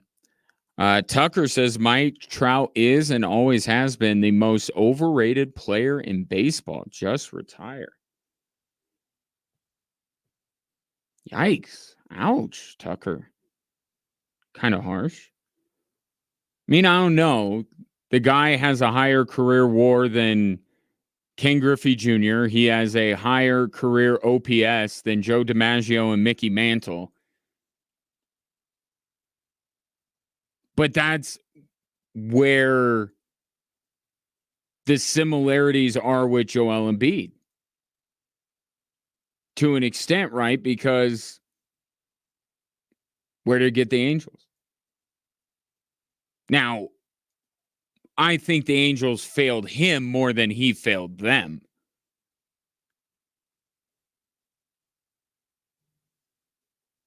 But maybe outside of football, I think that baseball, it's the most difficult to move the needle with one guy. I don't think he's overrated. But is he going to go down as, in the same conversation as Babe Ruth, Willie Mays? No. But he had the potential to be that.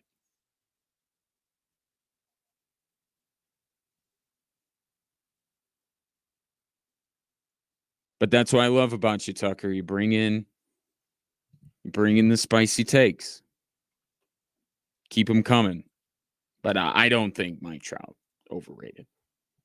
I just think all of that. What's that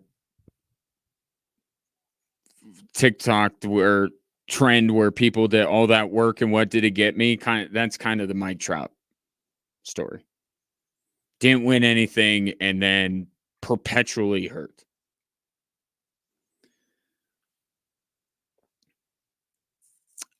We have college football starting this month, ladies and gentlemen. How about that? Air Force opens their season August 31st. We are in the month of college football. Feels really good to say. Because we're not in the month for NFL football. Don't let these games like tonight fool you. That's September.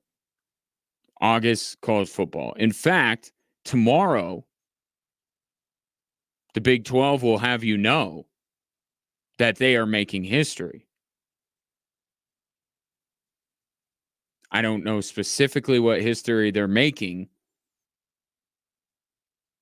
because I think the history they're making, the Big 10 can also make that history. I mean, you're absorbing, you're taking all the teams from the Pac-12. That's what you're doing tomorrow.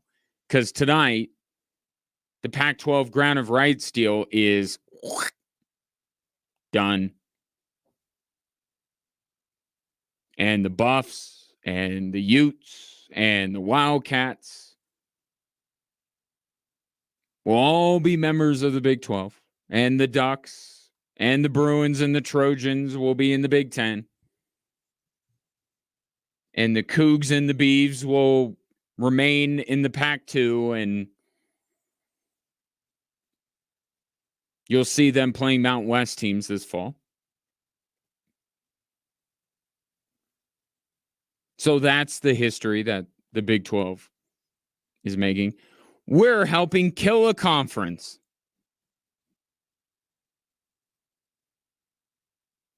That's still not even history. Other conferences have been killed before, right? But that's the history they're making. They're killing off one of the proud conferences in college athletics. That's what they're helping to do, along with the Big 10. So as this time tomorrow, the Colorado Buffaloes will be officially members of the Big 12. And if the national prognosticators are proven correct, it will not be a great first season in the Big 12 for the Colorado Buffaloes. ESPN today released their list of their 30 college football playoff contenders. Think about that. 30 contenders for the college football playoff. Most years it's 5, maybe 6. Now it's 30 because there are, in my opinion, too many spots, but probably better too many than too few. I'll at least concede that.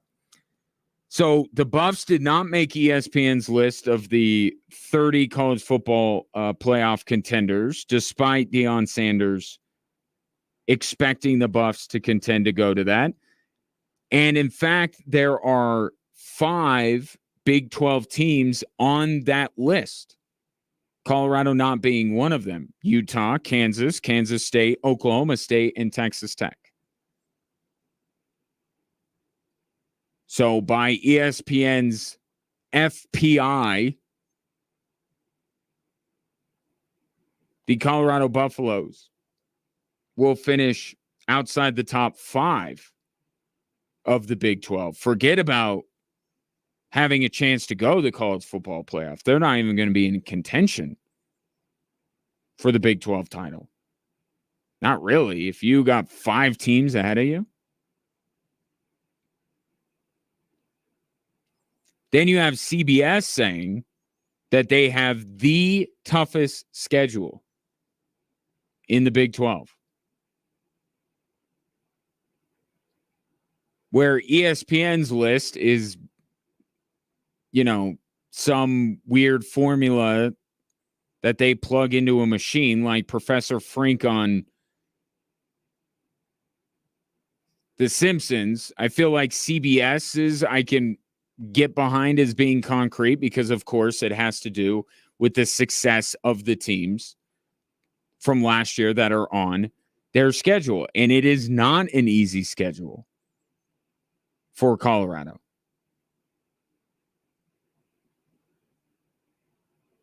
Snicker if you want, but North Dakota State is the gold standard of FCS programs. Should CU beat them? Yeah. But even Deion Sanders joked about how thankful, quote unquote, he was to Rick George for giving them North Dakota State and not letting them open up with an easy win. So even Deion Sanders doesn't think that's an easy win, but I do expect that to be a win. But then you have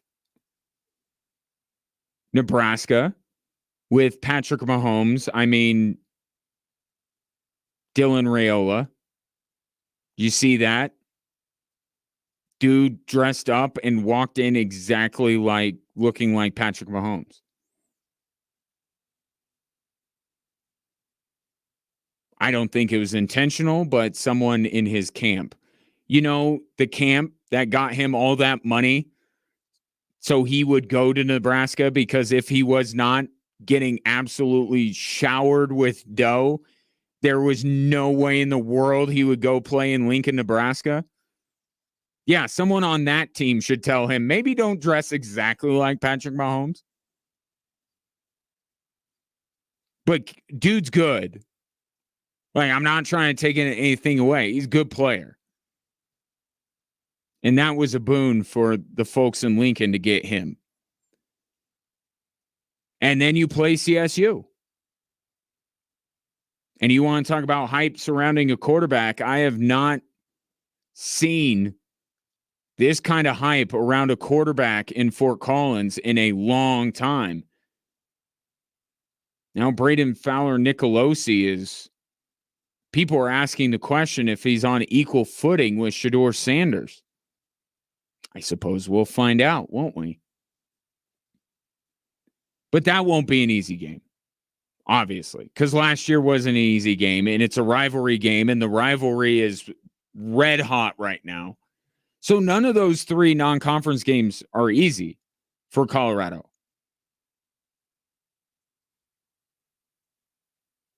But then I think that they beat Baylor. Baylor's a mess. I think Air Force is going to beat Baylor. if you could split with on the road in Orlando against UCF or home against K-State, and ESPN identified that Week 7 game in Boulder with K-State as a big game in terms of shaping these races in these conferences.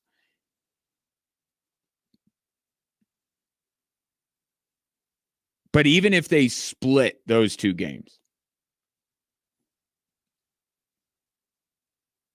you have what? So beat North Dakota State. Let's say they split Nebraska and CSU. Beat Baylor. Split with UCF and K-State. Now you have 2 wins left, and then it gets really hard to get bowl eligible, because that's what I'm talking about. Bowl eligibility. That's the line. Deion can set the bar as high as he wants to. Right? That's fine. You do your thing. I'm telling you, my expectation, it's not the ceiling for Colorado. It's my expectation to move this thing forward, to be progressing towards what Deion Sanders says CU is progressing towards. They must hit bowl eligibility this year. They must. If they end up with fewer than 6 wins, this season is a disaster and a failure. And then what will Paul Feinbaum say about Deion being a great replacement for Lincoln Riley?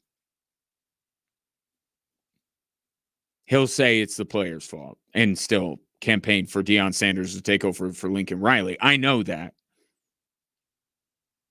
Just saying, some of the shine will come off of Coach Prime. If this team can't get to bowl eligibility, they have to be bowl eligible. So they're 2 wins away. And now you have at Arizona, home against Cincinnati, and then you have all the teams that I just mentioned ESPN has as better chances to represent the Big 12 in the college football playoff. Utah, Kansas, Oklahoma State, Texas Tech. I think the Buffs will be bowl eligible.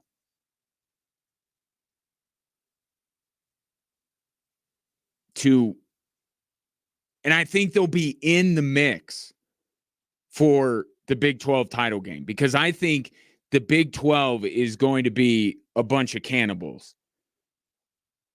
And I'm actually quite excited to watch, because I think it's going to be crazy. I think it has the opportunity to be the most chaotic of the major conferences this year. And I think that's good for CU, because I think they'll be in the conversation to go to the Big 12 title game well into the year. But that closing stretch that they have is brutal. That's where CBS is getting most of what they're saying. Utah, Oklahoma State, Kansas.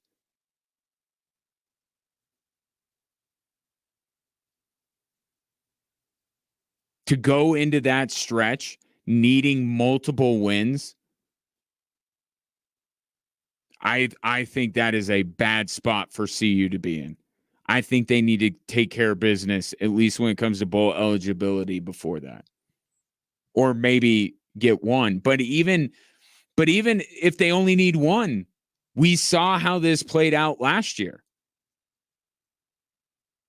Right? Given how difficult the back end of the Buffalo schedule is, if they can't find a way to get right up to bowl eligibility, if not hit it before that last 4 weeks, it could end like last year did. And it wouldn't be because the Buffs aren't better or Shedeur Sanders isn't a good quarterback. It's because these teams are the class of the Big 12, and Utah has been the class of the last conference CU was in for years. There's no shame in CU finishing 4th in this conference.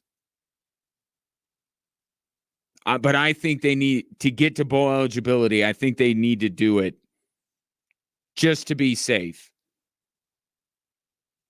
Get bowl eligible against Cincinnati at home if you're not there already.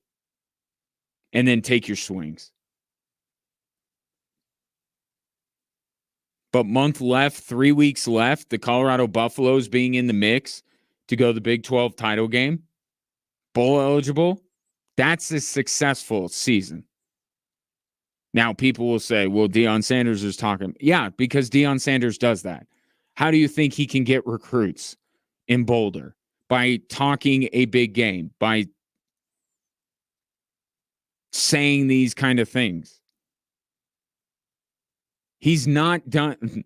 He's not done putting CU on the, like, they're there on the map, but they got to stay there. They're in pencil on the map. I don't take when Deion Sanders is going all Coach Prime, I don't take his word as gospel. I don't. Because I know what he's doing. He's selling. But the truth is somewhere in there. And the truth is, this is a team with one of the better quarterbacks in America, but with still a lot of questions. This offensive line will be better. I know this offensive line will be better. But will it be elite? Will it be what Carson Beck has in Georgia? Will it be what Quinn Ewers has at Texas? No. You know why? Because those schools don't let those guys leave. So it's better than it will be last year. And I think that's enough for Shedeur to showcase what he needs to showcase to win over some people who may not think he's worth one of the top picks in the draft. But there are questions on defense. Can they stop anybody?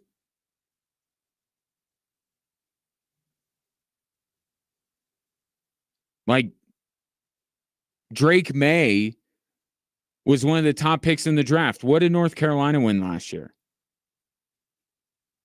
Nothing. So it's almost like you can have the Buffs conversation and the Shedeur conversation at the same time, even though they both seem counterintuitive. The Buffs can win 6 games or even fall slightly short of that, and Shedeur still be worthy of one of the top picks in the draft. And I think he's going to show enough of that. But this is still a rebuilding program. This is still a program with some questions. But I think this team is bowl eligible. I think this team is in the Big 12 conversation late into the year. But I do not think that they will play for the Big 12 title. And I think probably their ceiling is 5th, 4th, 5th. I think the Buffs are, and it's funny, like everything else with Coach Prime, there's no middle ground. There's no room for measured takes. There's no room for gray. It's black or white. Either they are going to light the world on fire or they're going to light themselves on fire. That's it. I haven't seen either they're near the bottom of the Big 12 and they're a sham and a farce and Coach Prime is a fraud and Shedeur Sanders is a fraud and all this kind of stuff, or the Buffs are going to the college football playoff and are going to take down Alabama. No middle ground. This is the middle ground, and this is where I would like to be with the Colorado Buffaloes. Better than what I think the general consensus is, but not winning the Big 12 in their first year. Oklahoma State's too good. Utah's too good. at least one of the Kansas schools will finish above them. Probably the university, maybe both. Now that I'm thinking about it. But yeah, 4th, 5th, bowl eligibility. Shedeur proving that he's worthy of a top 5 pick. Boom. Successful season in Boulder. You may not think that, but that is literally a successful season, given where they were 1 year ago. 719-247-1313. Take your thoughts on where the national prognosticators have the Colorado Buffaloes and where are your expectations. And we'll discuss them on the other side of this break.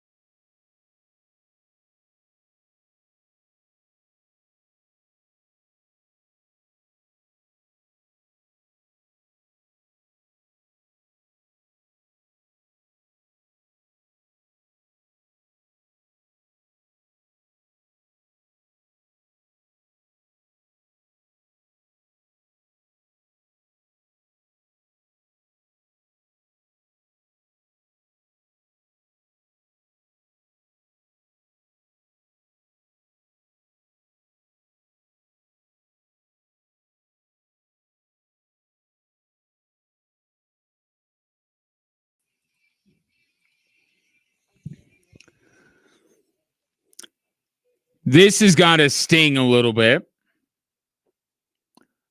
Josh Jacobs told ESPN that the Broncos were one of the teams that he turned down in free agency, saying that he didn't want to go to a rebuild. And while Josh Jacobs is not lying about the state of affairs with the Denver Broncos, the fact that a Raider would not rather be a Bronco or would not want to become a Bronco. But maybe he holds that rivalry in high regard and doesn't want to be in the other jersey. Although they have won how many now? 8 straight over the Denver Broncos. So Josh Jacobs in Green Bay, and he will be just fine there with Jordan Love. Speaking of the Broncos, Derek says, if Bo Nix isn't ready to play after 5 years of NCAA ball, he'll never be. Facts. He has to start. Yeah. There's not a soft landing spot in the Broncos schedule. That's why they are predicted to win 4 games. He doesn't need as much development as Drew Lock.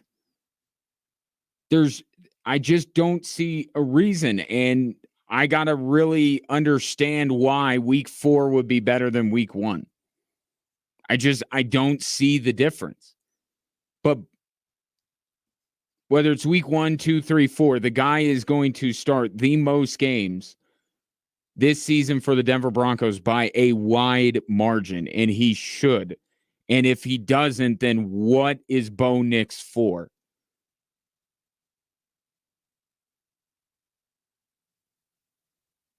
When there are more talented quarterbacks in next year's draft than he. Now, this quarterback class is not better overall than this year's. But if you're the Denver Broncos and you finish with 4 wins and you're in the top 5, chances are you're going to get a quarterback with more talent than Bo Nix.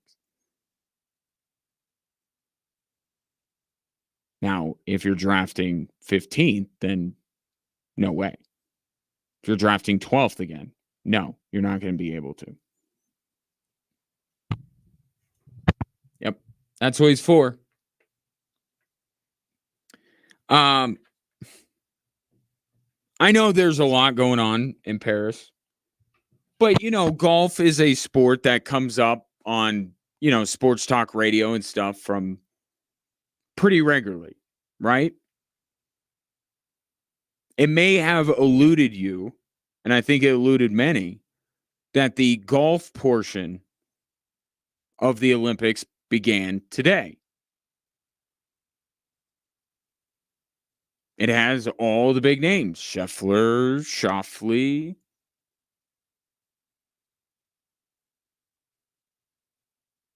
Doesn't have one.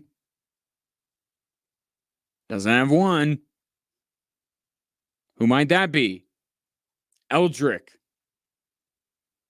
Tiger Woods isn't competing in the Olympics. And no one's talking about golf.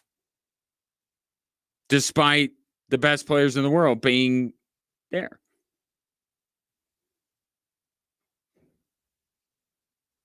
Now, I'm not saying they don't deserve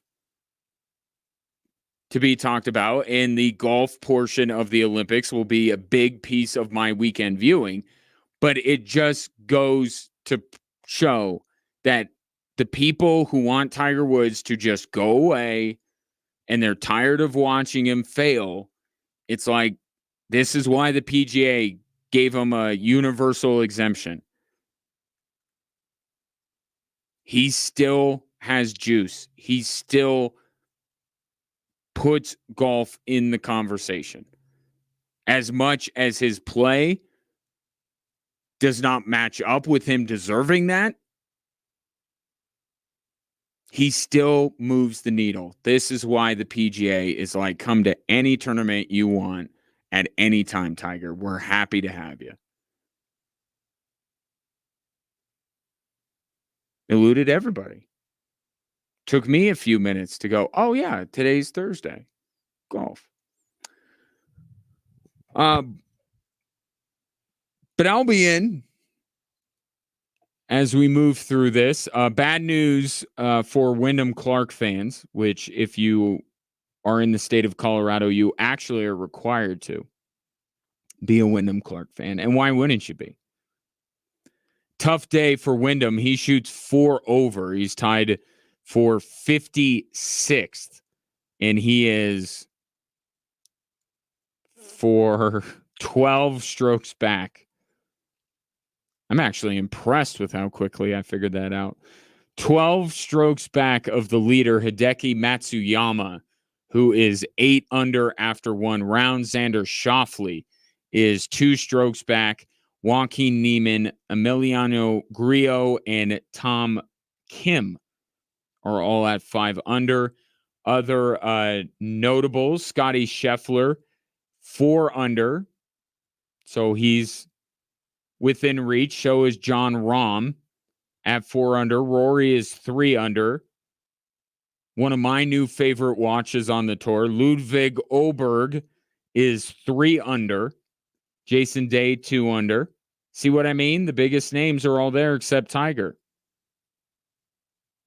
Victor Hovland, 1 under. Colin Morikawa, 1 under. There were 1, 2, 3, 4, 5, 6, about a dozen golfers that were over par, including Wyndham Clark. And Camilo Villegas. That's a name that doesn't come up a lot. So golf continues tomorrow. What else we got on the docket? 1 a.m., by the way, if you want to tune in. United States playing in 3x3, still looking for their first win on both sides. United States takes on France on the women's side tomorrow. Some archery, some decathlon. Did you see them diving into the river? Oh, I feel for those athletes. So gross. But apparently the bacteria levels were under control. We have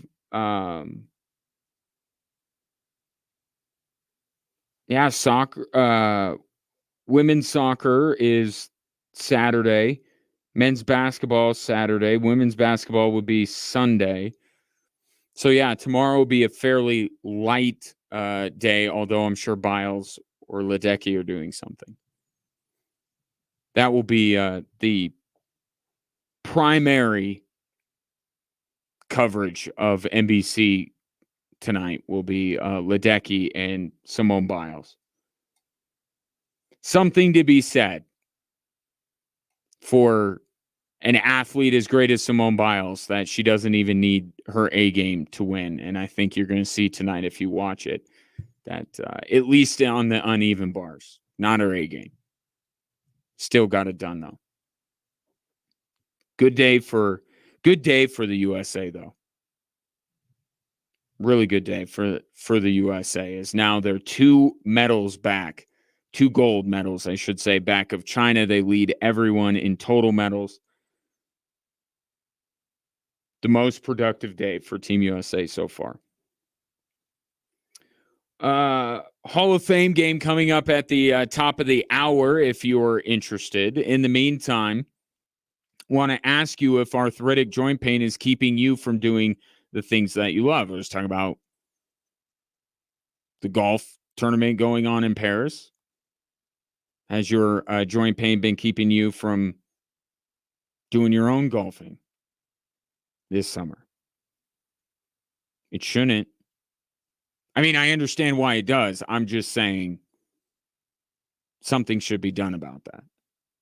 And QC Kinetics thinks they can do something about it because there are new, exciting cellular therapies that can get you lasting relief. They are the nation's leader in advanced regenerative medicine. These are cutting edge treatments that accelerate your own body's healing properties, revitalizing your joints so you can move again. They've helped so many people here and tens of thousands more around the country. The local medical professionals at QC Kinetics are ready to help you get your life back with regenerative, restorative, cellular treatments for your achy joints. This is truly the future of medicine. No longer are steroids, surgery, pain pills your only options. And I know they have drawbacks. So maybe worth a call, free consultation. QC Kinetics are good peeps. 719-347-1988. 719-347-1988. QC Kinetics, 719-347-1988. It has been my distinct honor and pleasure to serve you again. The Hall of Fame game at the top of the hour. Enjoy your evening. We'll close out the week strong at 3 right here on Extra Sports 1300. Right now, another Summer Games update from Westwood One. Westwood One Sports presents this special update on the 2020